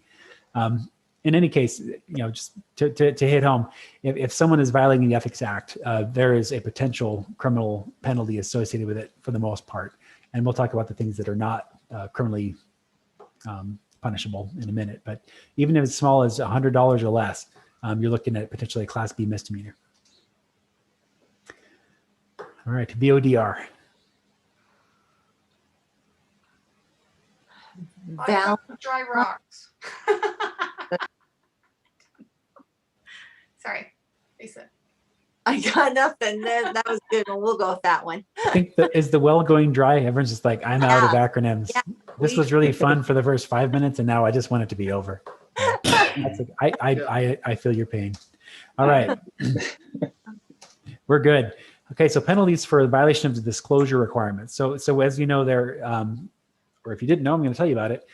We are required to disclose potential conflicts. So, like for instance, if you operate a business in the city, or if you have an ownership interest, or if someone in your family has an ownership interest in a business that does business with the city, you need to disclose that, and so do all of us. If we happen to enter into a transaction as a city, and this was not disclosed properly, then the person who failed to disclose can be dismissed or removed from office or from employment. And we can, as a city, rescind or avoid the contract. And if we got any consideration in the contract, we don't have to give it back. So that would be really bad for the person who who facilitated the transaction because you've been removed from office, and it'd be bad for the person who benefited from the transaction because they may not get paid, right, or get the benefit of that bargain. So that's why it's very important that if you have any potential conflicts that you disclose those to the mayor in writing. BT. Big time. Big time. Boys tie. Best Tie. Big ticket. big ticket. Big ticket. Business transactions. Ah, So if you are assisting someone with a business transaction, and if you're part of the decision-making process, then you need to provide a sworn written disclosure to the mayor. And then if anytime you're talking about it, you need to disclose it before having the discussion. Hey, just so you know, I'm assisting the person before this body with this business transaction. And this would need to happen at least 10 days before either the transaction is complete or you receive compensation for it. Now, more often, if this happens, the person is recusing themselves. So this happens more often, it has in the past in like planning commission, where we've had a planning commissioner who, they're professionals, they're engineers, or they're somehow involved in the development community, and something is going to come before the body, so they just recuse themselves entirely from the process, so they don't put in this position where they're being asked to vote on something that's going to personally benefit them. All right. This one you guys can get. Interest. All right. That was an easy one, right? That's a gimme. Conflict of interest can crop up. Maybe you've got a business that's regulated by the city, or as I mentioned, a business that does business with us, or there's some sort of personal interest. If you've got a zoning application and it's your mother is asking for it, that's, it's going to be hard to say, sorry, mom, no way, right? That depends on your family situation. I guess I shouldn't presume, but for many of you, it might be difficult. If there's a conflict like this and you want to participate in the process, disclose it in writing. You aren't required to abstain under Utah law. And if a conflict of interest is discovered, this is the area where usually the non-criminal side kicks in, where if it's just a conflict and it's kind of in that gray area, then you're going to address that through non-criminal means. Now, what are those means? As the council, you could censure someone, you could remove someone from a position, or there are lots of things that you could do, but it would not be a criminal prosecution. Okay, TE, any guesses? The end. Yeah. Right end. The end. Took till the end, Lisa. All right, good guess. All right, are there any additional things you'd like to talk about in the realm of this presentation that we haven't already touched on? And last chance. No. Okay, no take backs. Okay, Well thank you. done. Thank you. Next year, I'm going to put it to ambic pentameter. It'll be great. good. Not really. I can't do that. If you do, you have to come dress the part. But of course. Bard, for sure. Mhm. I would think that maybe next year, Paul, you ought to do this in Shakespearean dialogue. Big pentameter. Yeah. That'd be good. Anyway, thank you. I just say you use a cool accent. Yes, this Mm-hmm. is Australian. this has been Don't tempt me. This has been worth waiting for. Thanks, Paul. Appreciate it. And council, I've allowed discussion to happen as we've gone along. Are there any questions to Paul or Brody, anybody, regarding this training this year? I'm guessing that some of your ability to place things on agenda, particularly closed sessions, was probably new to some of you. Yeah, So I do have this question. Can I get a certificate that I was present? Because I have to do this for like other places, and they I have to do it like for to do it mosquito just payment once. too. Happy to. Yep, I've always made them look before. Yes. Yep. Not a problem. Yes, I can. I just generate want those. something from my wall. You're gonna have just a wall full of all the times you've attended my meetings. That's right. Yeah, why not? Okay. Also on the agenda, we had potentially discussing rules of order and procedure. I think Cassie, I don't know if you were going to go through that or.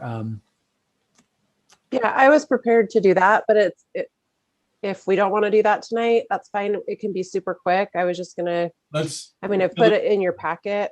Let's ahead, take Mayor. 10 minutes, Cassie, and have you do that, could we? Yeah, I don't even really think we need 10 minutes. Okay, This okay. is, yeah. So this is something that you guys have all had access to for a while. So it shouldn't be like a new document to you. It's just kind of a refresher on the rules of order and procedure. And it just governs the process of city council meetings. And it's just a good document for the council and the public to have access to if they have questions about how business items are handled that come before the council. So I don't think we really need to review it in detail, but I did want to recommend a couple of changes. Paul discussed earlier in the meeting that we have a separate electronic meetings policy. We've adopted that via resolution. It's just its own independent policy, and it probably makes sense to just include that document or that policy as part of the rules of order and procedure.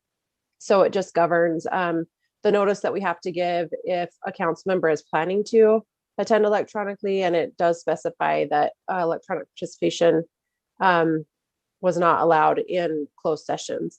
But also, we probably just want to get further into the intent of that policy. If we are planning to go back to in-person meetings and we're considering a hybrid meeting format where we're going to allow in-person participation and virtual participation, I think it's probably appropriate to adjust these rules to call out that meeting type and then really examine that electronic participation policy to see if we want to adjust the language at all. So are there any questions about the rules that we have right now? And then is there any opposition to working on an amendment to the rules for those two reasons that I mentioned? I think that's actually a really good policy because you don't want to get into people's health. It'd be a HIPAA violation for reasons not to be attending in person if there's some sort of threat to their health and safety. Mhm. I agree. Yeah, and I think it's just going to be really reconciling the difference between that policy and just general electronic participation. Because our old policy, but yeah, what you're saying is correct, Corinne, but also that old policy requires us to put a notification on the agenda in the past if a council member was going to participate electronically, where everyone else was going to be in person. And so I think we just need to come up with some language that we would include on all of our agendas that provide for electronic or in-person participation, both for the public and for council members. And then we can just decide if we still want to have specific language on the agenda that says that a council member will be attending virtually versus in person. I would like the ability to, I guess, I've attended city council meeting just very sick. I think I had to drink like 8 Dr. Peppers just to make it to the meeting. And I think if we can provide the ability to, if you're feeling sick, you can still join remotely. I think that would be a benefit. And hopefully that'll prevent any of us from doing a repeat performance. I'm glad none of you or the rest of you got sick, but I never wanted to miss a meeting. And so I would like to have that ability to attend remotely if there are extenuating, I don't want to just do it because I don't feel like showing up the building that day, but if there are extenuating circumstances, I would like to have the flexibility to, even if there's something comes up the last minute, to attend remotely if that's possible. I think also that our ability to communicate is so much better than when we were previously doing this with a phone call where you could barely hear anyone and they could hear you, but it was always delayed and you can't see anything. So if we can offer something similar to a Zoom type of situation for the person not in attendance, that certainly improves the presence of electronic participation. Agreed. Yeah, and that's why I think that like the adjustment to the electronic participation policy is appropriate, because in the past it was, just in rare circumstances, and it was just here and there. It wasn't something that we did every single meeting, definitely. So I think that we can adjust that policy and also include a meeting type where, in the section of these rules, I think it's section 4, it calls out all of the different meeting types. So I think if we just include a hybrid in-person and virtual meeting, and we can define electronic participation under that section. So if you guys are okay with that, I can just start working on some language. Yes, I think that Yes. when years ago, when we adopted the policy to begin with, there was some really good logic to the points that we put in there. But this year has taught us a lot, and a lot has changed. And so I'm all for making some adjustments, but I think that we probably want to talk about it before we vote on it a couple of times, just to make sure that we employ the same level of logic. Like, the logic behind not phoning into closed session was that you never knew who was in the room. Well, now we all do closed session because it's the only thing available to us. So maybe we rewrite that to put the responsibility on the party that is remote instead of the responsibility of assuming that they wouldn't follow it. I don't know. I just want to be able to play out the logic and make sure that we're making decisions for good reasons. Yeah, I think that's the best idea, and we can definitely discuss it in a work session or two. And even as we come back to meeting in person, and we're like trying out that whole hybrid meeting format, and we see what's working and what's not, if we need to just make tweaks along the way to these rules, just so that we're responding to what we're actually doing. Speaking of which, I think that's appropriate. Brody, I saw you try to break in. Are you okay? Oh, yeah, I just wanted to make sure that Jordan understood that I know it's called Dr. Pepper, but that doesn't mean it has medicinal purpose. Not true. I want to be on record as disagreeing with that. but speaking of in-person versus electronic, we have a guy on a mosquito abatement who works for the state health department, and he recommended that we go to in-person meetings next month and we'll do a hybrid for those who wished to stay home.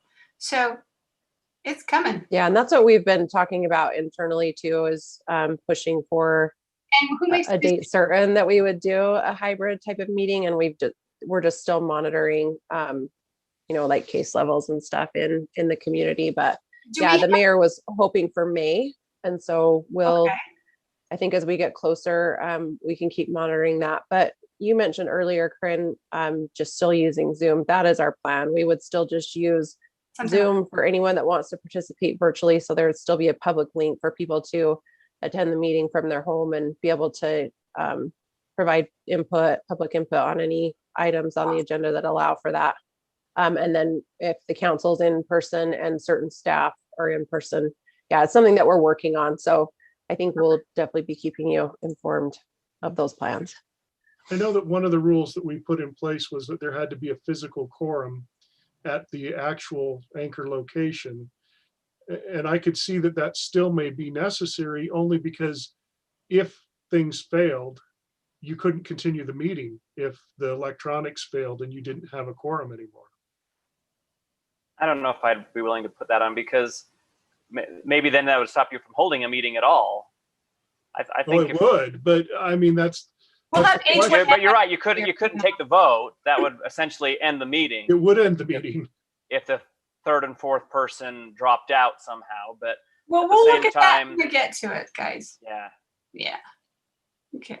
I don't think you need to have three physically there, because maybe it's if there is a disaster of some kind and they can't get there, but they can somehow call in to a closed session, I think that's perfectly acceptable.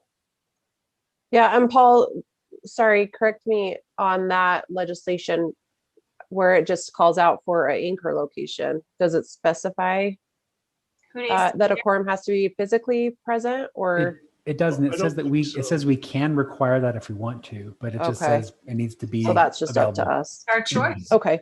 Interesting. Cassie, would you put this on the work session agenda and whatever meetings we need to do going forward? Yep. Would you be all right with that?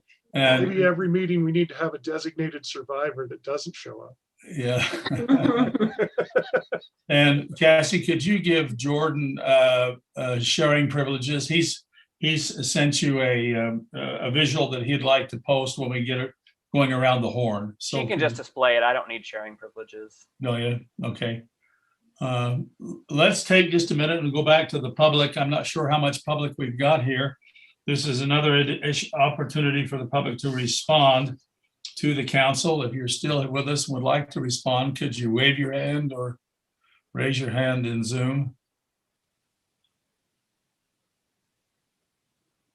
Cassie, I don't see any. No, I don't see any either, Mayor. I'm going to close public comment. Now let's go around the horn. I'm going to go as you appear on my screen. Corinne, would you mind starting off? Sure. First of all, I just want to tell you that the museum board is doing amazing work. They participated with they had a spring event. I can't remember what they actually named it. Hang on, let me see if I can find it here. Anyways, they had approximately 300 people came through, and along with the Easter egg hunt, and came over to the museum, and they were trying to be really good about keeping rules and everything, but they had really great response, and the firefighters even came over with their fire truck, and the kids had a great time climbing through that. And anyway, just to say that kudos to the museum board for accentuating the Easter egg hunt and giving kids a really great memory. I think that's the biggest downfall of COVID, is all of the events that we have not had and the memories created are just lost. Okay. Also, they are planning to be in the Heritage Parade, and they're planning on bringing their actual buggy that was used as that they've had restored, that they used some of the grant money to fix. And their Dean is having one of his horses pull the buggy in it. So, and it's the buggy that was used to deliver, like, anyway, I can't remember the lady's name, but she delivered like thousands of babies. So that was her buggy that she would go. She was a midwife and she'd help you out. Thank goodness there were those people out there back then. So, oh, and then make sure to put on your calendar, September 14th, they're having a multi-museum event at the Syracuse Museum. And this is in combination with the Hill Air Force Base Aerospace Museum. There's, I think, Bountiful Museum, even museum in Hiram. Anyway, they're having a whole bunch of different museums come together and for all sorts of different demos and information. And they're going to be firing up their blacksmith forge. So if you love Forged in Fire, go and see a real demonstration. They're gonna have it going. Anyway, it's gonna be awesome. They're gonna teach an oral history class, how to actually take oral history so it's not really boring or, you know, torturous for everyone, and how to record them appropriately, how to preserve your photographs, and so on. So make sure you get that on your calendar. They're also partnering with New Ames to help them paint a bunch of their walls. New Ames requires their students to do some service projects. And so they've partnered with Syracuse Museum to do that this year, which is awesome. And let's see. Lastly,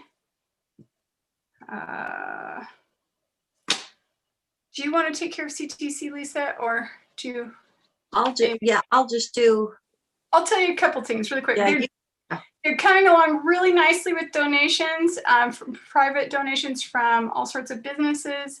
If you know anyone, please tell them about Illumination, and that it's about teaching kids good coping skills and suicide prevention and the happy good side of life and celebrating life. That's why it's called Illumination. And that it's a really great event and that we're looking forward to it. And I need actually from Noah some names of food trucks, because I've reached out to a whole bunch that I contacted last year, and now it seems that a lot of them have gone out of business, or one of them did contact me and said moved out of state. So I need some of those. But anyway, it's going to be a great event, and that's still August 30th through September 1st. Yeah. Put that on your calendar too. Corinne, has Lindquist contacted you yet? Not that I know of, as far as like when they're actually going to give their donation, but we're thrilled that they want to participate in CTC, and The personal connections are amazing. And then even just the meeting with US Cold Storage was great because they want to meet with Job Corps, and that ball is rolling now too, to provide internships for their students there. Okay. Thank you everyone for that. Jordan? Yes. This is where I want you to display that, Cassie, if you wouldn't mind. Just so everyone knows, April 17th, so this Saturday coming up, we are holding our Syracuse City Disaster Exercise from 10 o'clock to 10:30 a.m. So what we're going to be doing is we'll be sending some items out. We're going to ask that everyone connect to the Zoom meeting. You can see the Zoom meeting at the bottom. We'll be sending this out as well on the various outlets. It's also been in the magazine. What we want you to do is click the chat button on the bottom bar and just enter your name and phone number. And they have gotten a whole pile of little gifts. They went to multiple companies throughout Syracuse and just asked for $5 to $10 gift cards. They didn't want anything big. And so they have these 10 gift baskets that have a whole pile of goodies, gift cards. I have a whole list of people we'll be showing a big thank you to. But you know, it's things like Paul's Automotive, Swig, Rustin Mortuary, Ed Kinley Ford, also just a whole bunch of different companies have donated. Lifetime Products has donated some items. And so we would encourage everyone to log on. With Zoom becoming so prevalent, we decided to include it as part of our disaster response action, part of our communication plan. So in disaster, you know, we can do checkups via Zoom as well to kind of help facilitate the communication process, since this has become so ubiquitous. So we're just going to do this. This is just a part of the Great Utah Shakeout, which is taking place. And this is just Syracuse City participating in that. So if you log in, there's a reasonable chance you could get one of those 10 gift baskets. They'll be contacting you to be able to get those out. So anyway, that's the big announcement, is this week is the day. So it's a good time to practice our disaster exercise skills. And as always, if you have not recently updated your emergency preparedness kits and things like that, it's a good time to refill all your stuff, restock your toilet paper, et cetera, et cetera. So that's all I've got. Thanks. Thank you. David? Oh, and today is Peach Cobbler Day, and it was delicious. There you go. David? I just want to say, Jordan, that that day is my father's birthday, and you declaring it a disaster is offensive. Saying it's a disaster exercise. Oh, okay. All right. Gotcha. So the orchestra is preparing for a concert that they will perform in May. They're still not sure of the facility, but they're working on it, probably outdoor. Just to give you the heads up that that's coming in late in May. They're still finalizing, but they're working. Music is going to be a lot of 80s and radio music with the orchestra. The sewer board got a major update on our 3-year now ongoing pipeline project. It looks like that's about to get final permits. We're in the public hearing process. So if anybody who's listening has complaints about that they'd like to register, now is your opportunity. But we have met with most of the groups, and they understand that there is a give and take to this situation. For example, the Friends of the Great Salt Lake came and talked about how they were concerned that the effluent that used to be onto the mud flats of Farmington Bay is no longer going to provide nesting area, but they also realize the health of the lake is better off by dumping into actual water and not having 80% or more evaporate by the time it gets to the lake. So anyway, we're very close to permitting on that, and there has been a public bid, but we are in the open period for discussion if anybody feels like they need to chime in. That's it. Thank you, David. Lisa? Okay, so for CTC, we're doing the graduation signs again. Last year, you remember we had those gold signs throughout the community that say proud of our grads. So we're going to do that again. I'm going to go into count. We considered not every one of them made their way back to the city, which we realized would be the case. So we're just going to go with the number that we have and put them out again. So those will be available May 3rd. We had such a big interest last year. We're hoping that it's not waning too much, but we'll see how that goes. And that will be also splitting them between the two Syracuse and Clearfield City Halls, but also Syracuse High and Clearfield High. May 6th, we're having our youth commission and leaders kind of a regroup and get to know you again and maybe get started again in the Syracuse Youth Commission and try and increase our numbers again and get them involved in actually doing what they thought they were going to do a year ago and COVID hit. For May, we're going to be having a chamber meeting where we're inviting the other cities and their councils to see if they want to do the North Davis or West Davis Chamber of Commerce, kind of give them, try and get some liaisons from the other cities as well. And then we had a grand opening for the Champion Martial Arts Studio last weekend, and they're going to be a great business here in the city. They had one open or have one open in Kaysville, and now they're opening this one here, and they already have, I think, over 100 kids signed up already. So that was great to be a part of. That's it. Thank you, Lisa. Seth? Yeah, so I attended Syracuse High School's final community council this last week, and they had a few items that might be noteworthy for the community.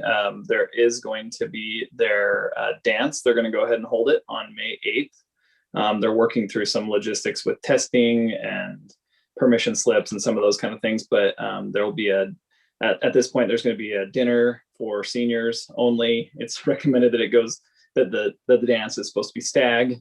I'm not sure how that works, but that's the attempt anyway. And then the dance itself will be open to other age groups. And then this last week, they were just kind of finalizing their land trust grant goals. And those include really focusing on some of the struggles that were present during the pandemic in regards to like bringing down some of the AP testing counts and ACT testing counts and concurrent enrollment levels. And so they're working with their land trust goals to bring all those up. And they do a great job in our community.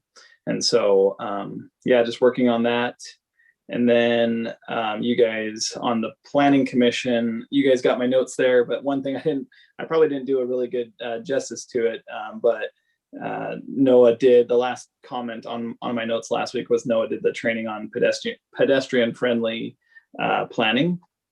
And I thought it was really, really good. And so I would advise anybody who wants to learn more about that or to incorporate it into some of the stuff that like Jordan, talking about bike friendly communities. I think it's really important to incorporate that into our design and planning and standards and all that. So just kind of a plug for that. And that's all. Thank you, Seth. Thanks. Council, I think this shouldn't be a surprise to anybody. I've talked with each of you kind of offline a little bit. Noah and Brody and myself have been working with a signage branding project and are about ready to release an RFP for a company to come in and help us with our branding and with our signage within the city. And I've asked Corinne and Seth if they'll be involved in the task force as the selection committee, if you'll review those RFPs with us when they come through. And then I've asked Dave and Jordan, they did such a great job on the island. If once we've selected that group, if you'd join the task force to help design and meet with that company and help determine what kind of product we actually get. So I've spoken with each of you, and also Lisa was aware of this too, offline, but I just want the public to know where we're headed. And Brody, I have nothing else. Do you have anything you want to add? Just a couple of real quick things. So the manager's report was sent out already by email with the link for that. So if there's any questions, I can answer them. Just wanted to recognize, so Chief Atkin is out of town on training tonight. So Lieutenant David Skinner has been joining us here tonight. So just recognizing him. And then one thing I did want to highlight in the manager's report is the retirement of Brad Mills. He's a driver engineer. Brad was with the department for almost 21 years. He's decided to move on and do some other things, and he was well known for his mechanical skills down at the fire department. We don't have an on-staff mechanic.